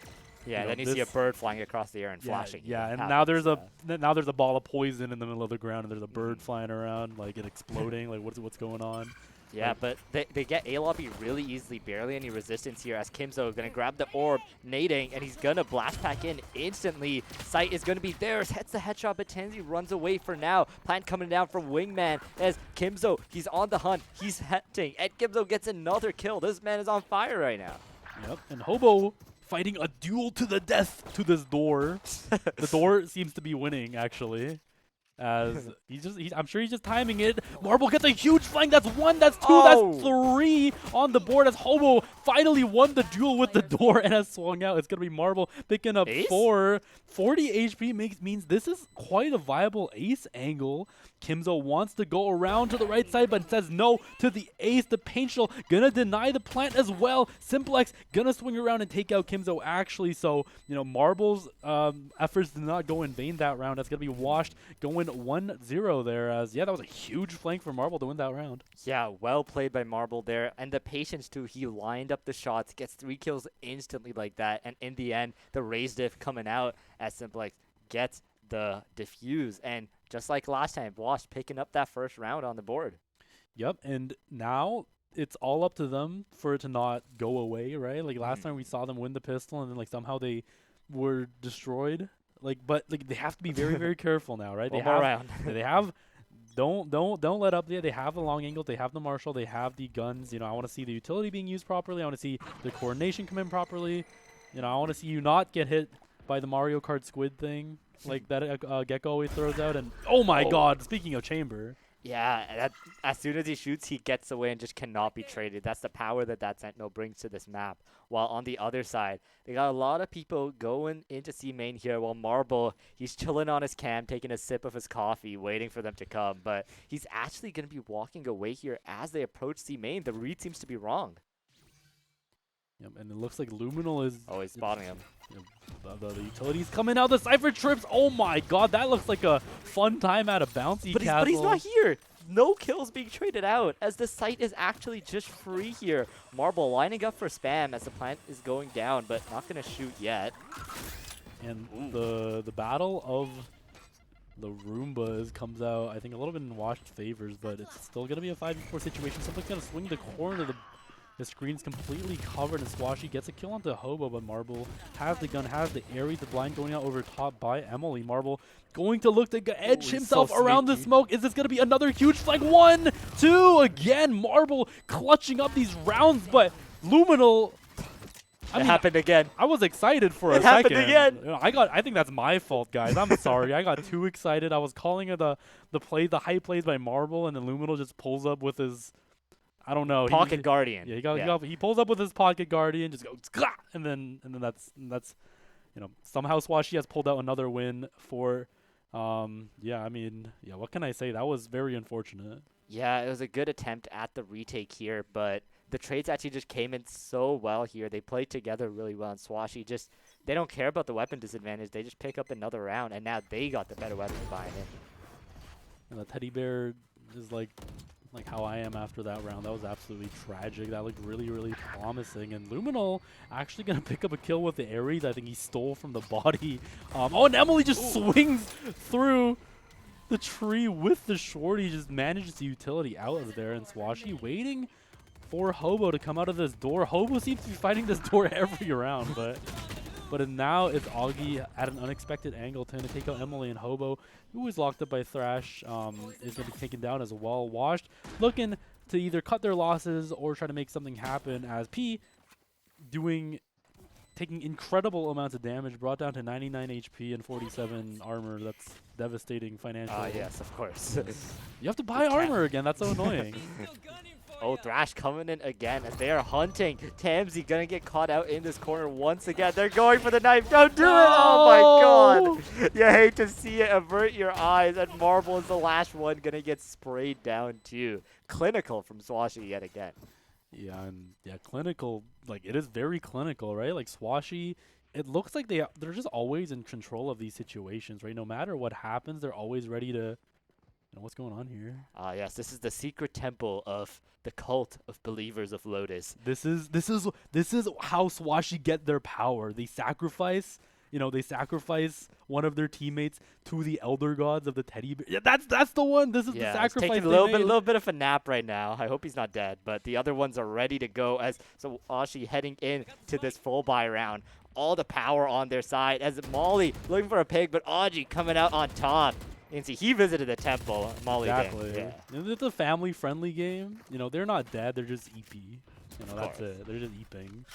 And speaking of eeping, I think Kenzo looking to put a lot more people to eep now, as he's going to aggressively swing around with the utility. Going to take out Tamsy. Hobo going to throw the water while try to save himself, but his screen is so purple, and he's going to go down as well. Hobo taken down, and everybody on the side of Washed has to back out of this site. The utility just coming around the corner. Kimzo does not. It's so good. He doesn't care. He's just swinging around the corner with a satchel. Simplex does not.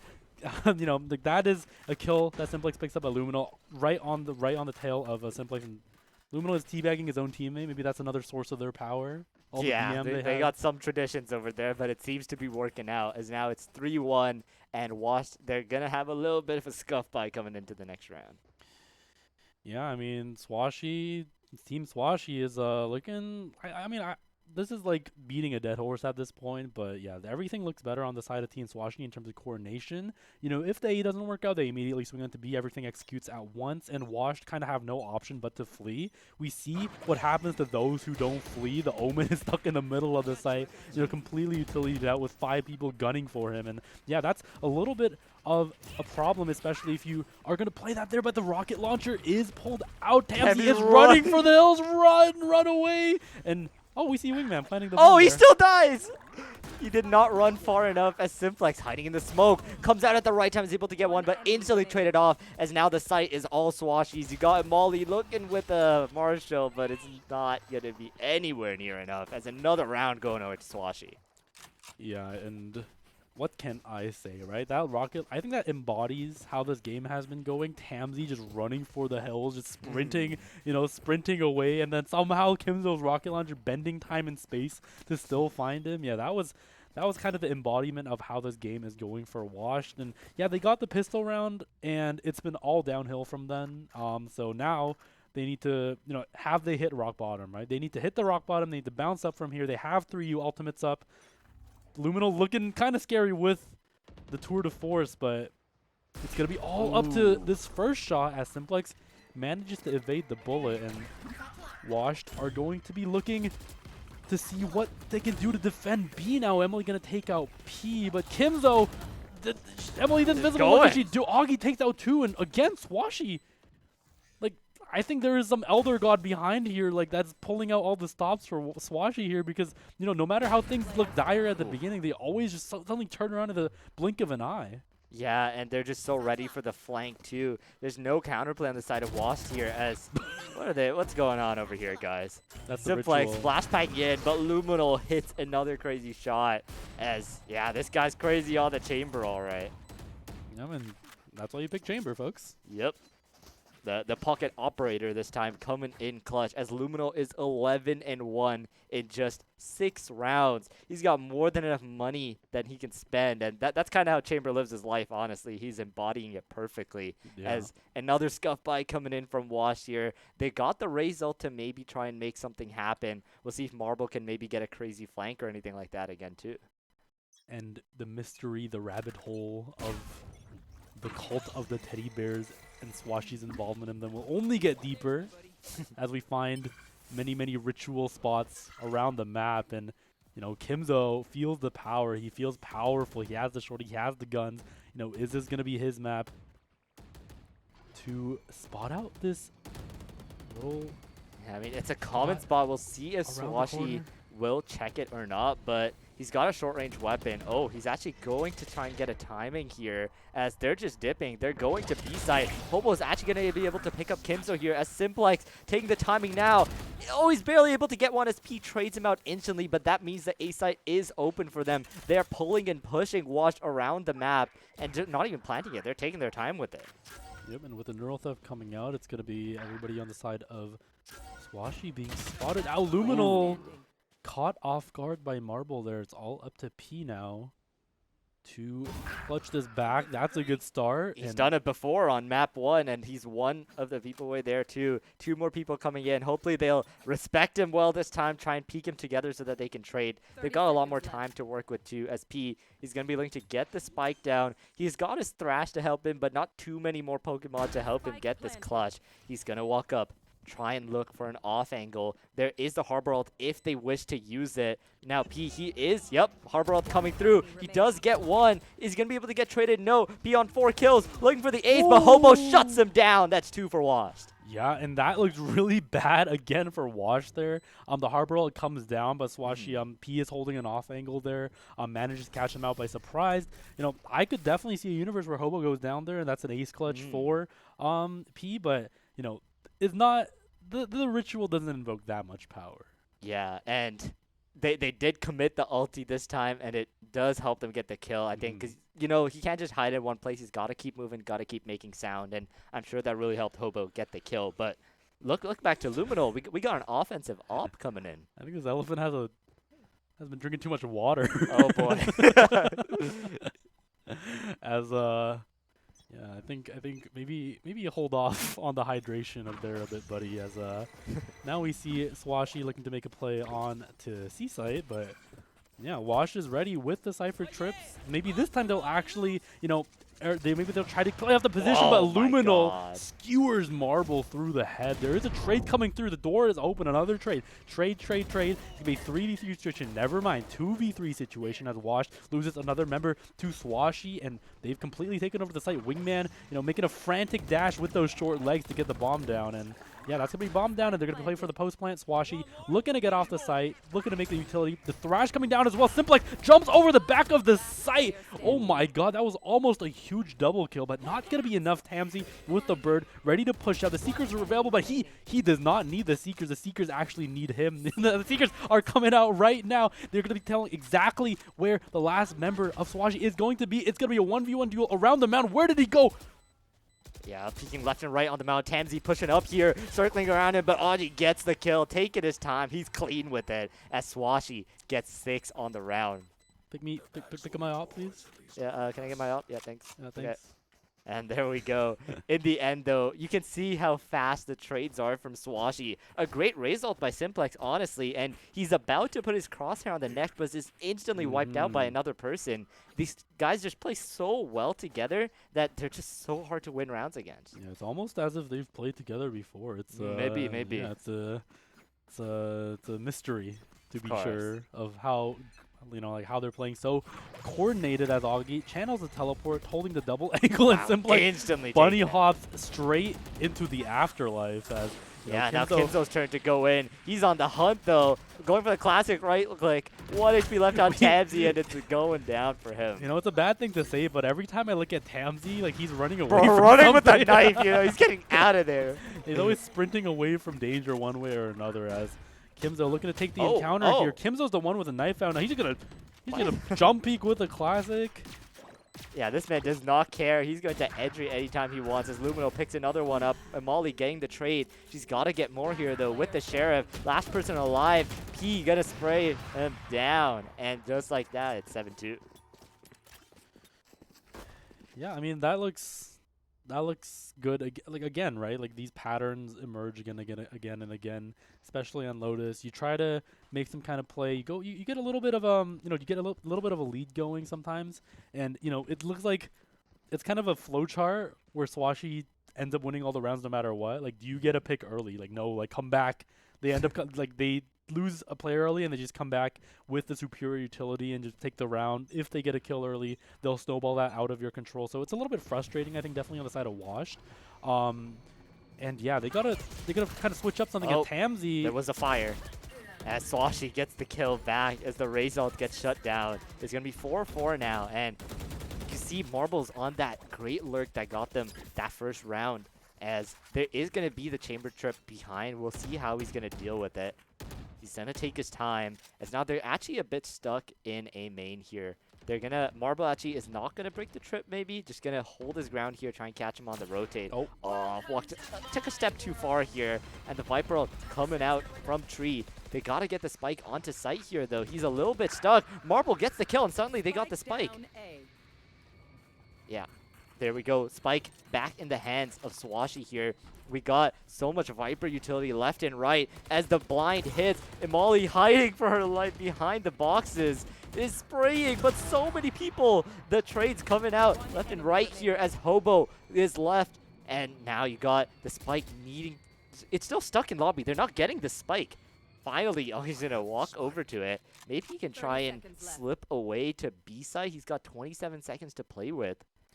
Yep, and Washed are trying to play together. They don't want to give him the isolated duels, and a Hobo with a clean headshot through Augie. Gonna pick up another round. That's gonna be 3-7 going over to Washed. As yeah, that's what we want to see. We want to see the solid defense. We want to see the trades come out, and Washed managed to claw back another round. So this doesn't look too bad for them right now.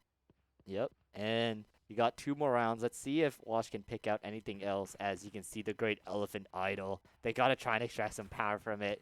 Get some power for them to try and pick up a few more rounds before Swashy just absolutely run away with it again. Yeah, and the last thing you want to... And the thing is, like, this is just the start of Wash's journey, right? Swashy still has so much eco in them. They still have a lot of buying power, purchase power left in them. So if they really want to seize the day, they have to first do it by dismantling the eco, by winning these rounds, or at least doing a lot of damage to their economy. As speaking of which, though, it doesn't look too good as Augie managed to get a kill onto Wash. They're also going to just rotate straight to B. The util goes out. The tripwire is going to be destroyed. P going to be the one leading the charge, getting the bomb down. This time it's not the wingman. He leads by example sometimes, you see. Yep, and Molly looking for Augie, gets the kill here. The Reyna ult needs to pop off as Thrash gonna be released here, and Molly gets 1 kill. They are trying to hunt him down, as suddenly it's gonna be a trade coming out. Tansy's the last one left. They know she's on the flank from that flash here, and now Swashy getting into that off angle. Wingman on the hunt too. They are looking for Tansy here, and he's not running away this time. He's going for the clutch as Thrash coming again, but they don't see her. No. Oh no, it's a knife. It's a knife from the back again. Oh no, Swashy, how could you? This is bullying. I don't think, I don't think that's very sportsmanlike conduct, but if you're up this much, why not have a little bit of fun with it, as it's going to be the final round of the half, as Wash, you're trying to scrape together whatever they have to buy. This is like when you look for coins in your couch, to buy that. Yeah. You're trying to get some, right? You're trying to get the the Burger King 4 for 4 meal deal, and then you're trying to find toonies out of your couch, right? So you can see a wide assortment of guns coming out here. We see the Marshals, the Guardians. We see, I think, an SMG there and there as well, as now Swashy going for another C execute. Hopefully Marble can hold it again. The tripwires always change. Kimzo jumping out over all of the tripwires, but into the fire, the anti-air gun firing from Marble, as Wingman trying to get the bomb onto the site. That's actually going to be taken down. Emily with a nice kill. 2 actually with Lumina. 1 more by Marble, and Swashy is just completely shut down on this push as Swash strike back.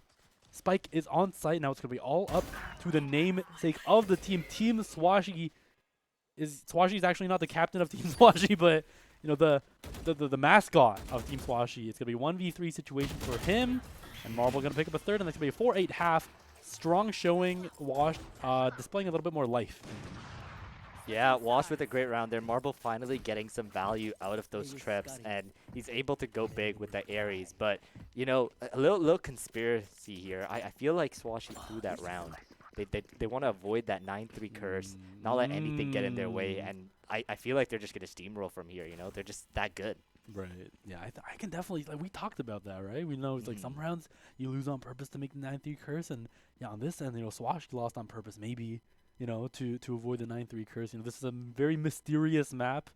We don't know what kind of spiritual energies are going around here, so maybe, there's a little bit of credibility to that theory, and we'll see how much credibility there is once we jump into this pistol round. We see light armor bot on 3 members on each team, so and they're just running away from the blind. Yeah, the Raze Nade does so much work in that little corridor, as you got Chamber and Viper both pushed up here. I believe Chamber made some sound bait to go away and trying to put Viper into that off angle, but Marble doesn't want anything to do with it. As Kimzo, he's looking, he's hunting, trying to find people. He knows people are stuck, but now the bird has blinded him. He's running for his life once again, as Augie picked up a kill. Hobo, Emily with the trades, Lumina with the trade of his own, and now Ray's jumping in, but shot down.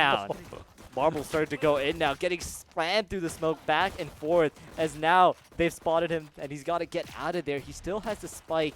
2v3 in this spray down. It's absolute street fight out here. But in the end, a 1-for-1. P versus Hobo. They know where each other is, and P comes out on top. This man is just so good at clutches. Yeah, that is the swing of somebody who's absolutely confident in themselves. They have the classic. They know the opponent's low. They just come out, click the head, good night, go home, right? That's the swing of somebody who's been playing so confident. And yeah, P definitely, had so many moments where he either clutched or almost clutched. So, if you're ever in an overtime scenario and you need to clutch up, hire this man. And they're actually not going to be buying up, going to be taking that eco round here as Washed. We'll see if they can make any miracles happen with these little pistol weapons that they got. But for now, A main is all under the reins of Swashy as they're going for the B site here. The chamber split spawns him. Augie gets the kill instantly, and their site hit is just gone. Maybe going to try and transition to C here. Yep, and no matter what Swashy do, they'll be doing it with an advantage with 5 players still alive. Hobo going to be a little bit stuck on this site, as even looking at the map, it's suffocating, being on the side of Washed, as the members of Swashy converge everywhere. That's a nice headshot, but not going to be transferred into a kill. Hobo swings with a frenzy, but yeah, they just slapped him with their wallets. Luminal basically has an op because of the no shields on the side of Washed, and now they have reached double digits. Yeah, and just Luminal. Like, look at the KD on this, man. 18 kills, right? And I think, especially this game was also turned, like, past, round 2 because, like, Luminal pulled out the Glock. Yeah. And then, like, on that bonus round, he got the Glock in his Rari, and then he just absolutely domes one of the members of Washed. And that just that's the basis of the comeback, right? And that's that's such a crucial round that Luminal has been playing, and that's been something that I think, like, we don't see a lot of Luminal action, around, in these plays, but, he's been the silent contributor. Oh my of this god, game. Kimzo gets a kill with the nade, gets a kill with the stinger, and he's going for more. That's 3, but Marble finally trades him out. Yeah, Marble now getting 2, but gets traded out by Audi here, and it's going to be Wash, the last player standing. Got a rifle in their hand, though. That one way is so hard to deal with as he's getting flanked from behind, too. Swashi on the hunt from behind. He's getting corralled, he's getting suffocated, and he's going to get knifed. No, he's not. Audi going to pick up the kill. Yeah, Swashi looking a little disappointed that he didn't get the knife. Yeah, he's going for it. I mean, I think they're I don't know how many times that we have to say this, but yeah, definitely the amount of there's a lot of these rounds actually end up as there's a lot of clashes on A where both teams throw all their utility. They throw all their Pokemon, they throw all their paintballs, they throw all their water balloons, And at the end of the day, it's always Swashi that's standing out. Their team Swashi that uses them a little bit more efficiently and ends up trading better. Yeah, well, Swashi's the only team that has Pokemon. From yeah, that's true. So That's they true. kind of just are winning the Pokemon battle. Right. That's true. Like Swashi, that's why they're winning the Pokemon battle. Washed, brings a gun to a Pokemon battle and somehow they're losing to the Pokemon. I don't know how, viable that is. Well, but, Power World's kind of made it happen. That's but true. yeah, This ain't Pokemon. This is Power World, right? You hunt things with AK-47s instead of a Pokeball. And Luminal pops Marble once again. And how does he know he's there? That's crazy. As Luminal picks up another one. P has mosh pitted Tamsi boss. And it's going to be 2v5. The wingman is... The wingman's the bait. They're going to find Hobo on the side. Swashi gets one. Agi gets another. And it's a flawless. It is championship point for Swashi here. Let's see if they can take it home. Yeah, and this round, this is match point. Washed have the money. They do have the money to buy the guns. We see that Simplex want to pull out the operator, and they got the money. They got some ultis too. They got to get some rounds going. Yeah, they have to get the rounds going. I don't, but you have to remember that these two aren't the most impactful ultimates in the game, right? There's not something that you can make a play, solely off these ults. So they have to make something happen. I want to see the operator play, maybe playing long. I don't think they would expect, an operator here. Simplex going for the peak, but Swashi playing very, very smart. They don't want to give unnecessary engages unless your name is Luminal and you just want to swing everything like a crazy man, but... Yeah, Luminal's being really sneaky here. He's got the TP on the other side of the door while he's playing behind those boxes. As now, they're going to find the contact onto B site, slowly work up on A main. It's very different from the other rounds that we've seen. The pressure may be getting to them a little bit here as... Oh, first kill coming in. Luminal, he's on the board. He can escape whenever he wants, but he chooses to walk out anyway. Yep, Luminal going to be picking up one and escaping. That's always frustrating to do as an attack. There's a guy in the sneaky spot and he gets away. As speaking of sneaky, Emily wants to sneak up on this site. Kimzo just jumps around the corner and Marble just does not stand a chance. Simplex picks up one with the op, but the bullets are everywhere. The utility is flying everywhere. It looking really, really dire as... Oh, hello. Ooh, he's concussed with the op. P gets him. One person left. One chance to get the championship back in their hands. And P, he's playing with him. Kimzo Odin's him. And just like that, Swashi, they've taken it clean 2-0 victory, and they are the champions of the Golden Goose tournament. Yeah, Team Swashi gonna be the champions of the 2024 Waterloo Golden Goose tournament. They looked very, very dominant. They looked clean. They looked coordinated. They had some real weird ritual stuff going on, but mostly the clean and coordinated part. But yeah, definitely they showed a masterclass in coordination and utility using. They had so much confidence behind their plays, and definitely well-deserved win for them. I think Washed did a lot of I think Washed, it wasn't a blowout as we expected either. They had a lot of moments where the rounds itself were really close, but they had fell a bit short of being able to clutch out some rounds or finish up something. So definitely a good showing from both teams. But at the end of the day, it's gonna be Team Swashi, the better team, with Wash in their name, gonna be taking the W today. Yeah, they were running rampant throughout the tournament, defeating teams so confidently. And like you said, they had that clutch factor. They were so good with their utility, and they were playing like a team. And that is the kind of team that deserves the Golden Goose Trophy here, as they are going to become the victors of this year's Golden Goose tournament. Yeah. And just quick thoughts after the tournament, I think. Yeah, definitely a lot of strong teams. I think that first game was crazy. That was a banger, that 14-12. That was, super entertaining there, I think. Definitely really nice to see some of the more unorthodox strats coming up from these teams, right? Like you can watch VCT and watch the extremely clean plays sometimes, but sometimes you gotta watch the clown the fiesta, slugfest, right? You gotta watch. Sometimes you watch LCK, you watch LCS, right? Like sometimes you watch EU and then you watch NA and then EU for Valorant. I'm throwing shade at EU. Oh, yeah, But anyways, but yeah, you want to see. This is a very entertaining tournament. Thank you so much to all the teams that came out today to play in these exciting matches. And thank you to all the viewers that came out to watch and stay tuned for the entire time. So thank you so much to everybody that watched the broadcast. My name is Jamin. And I'm Karthik. And we'll be seeing you later. See you guys.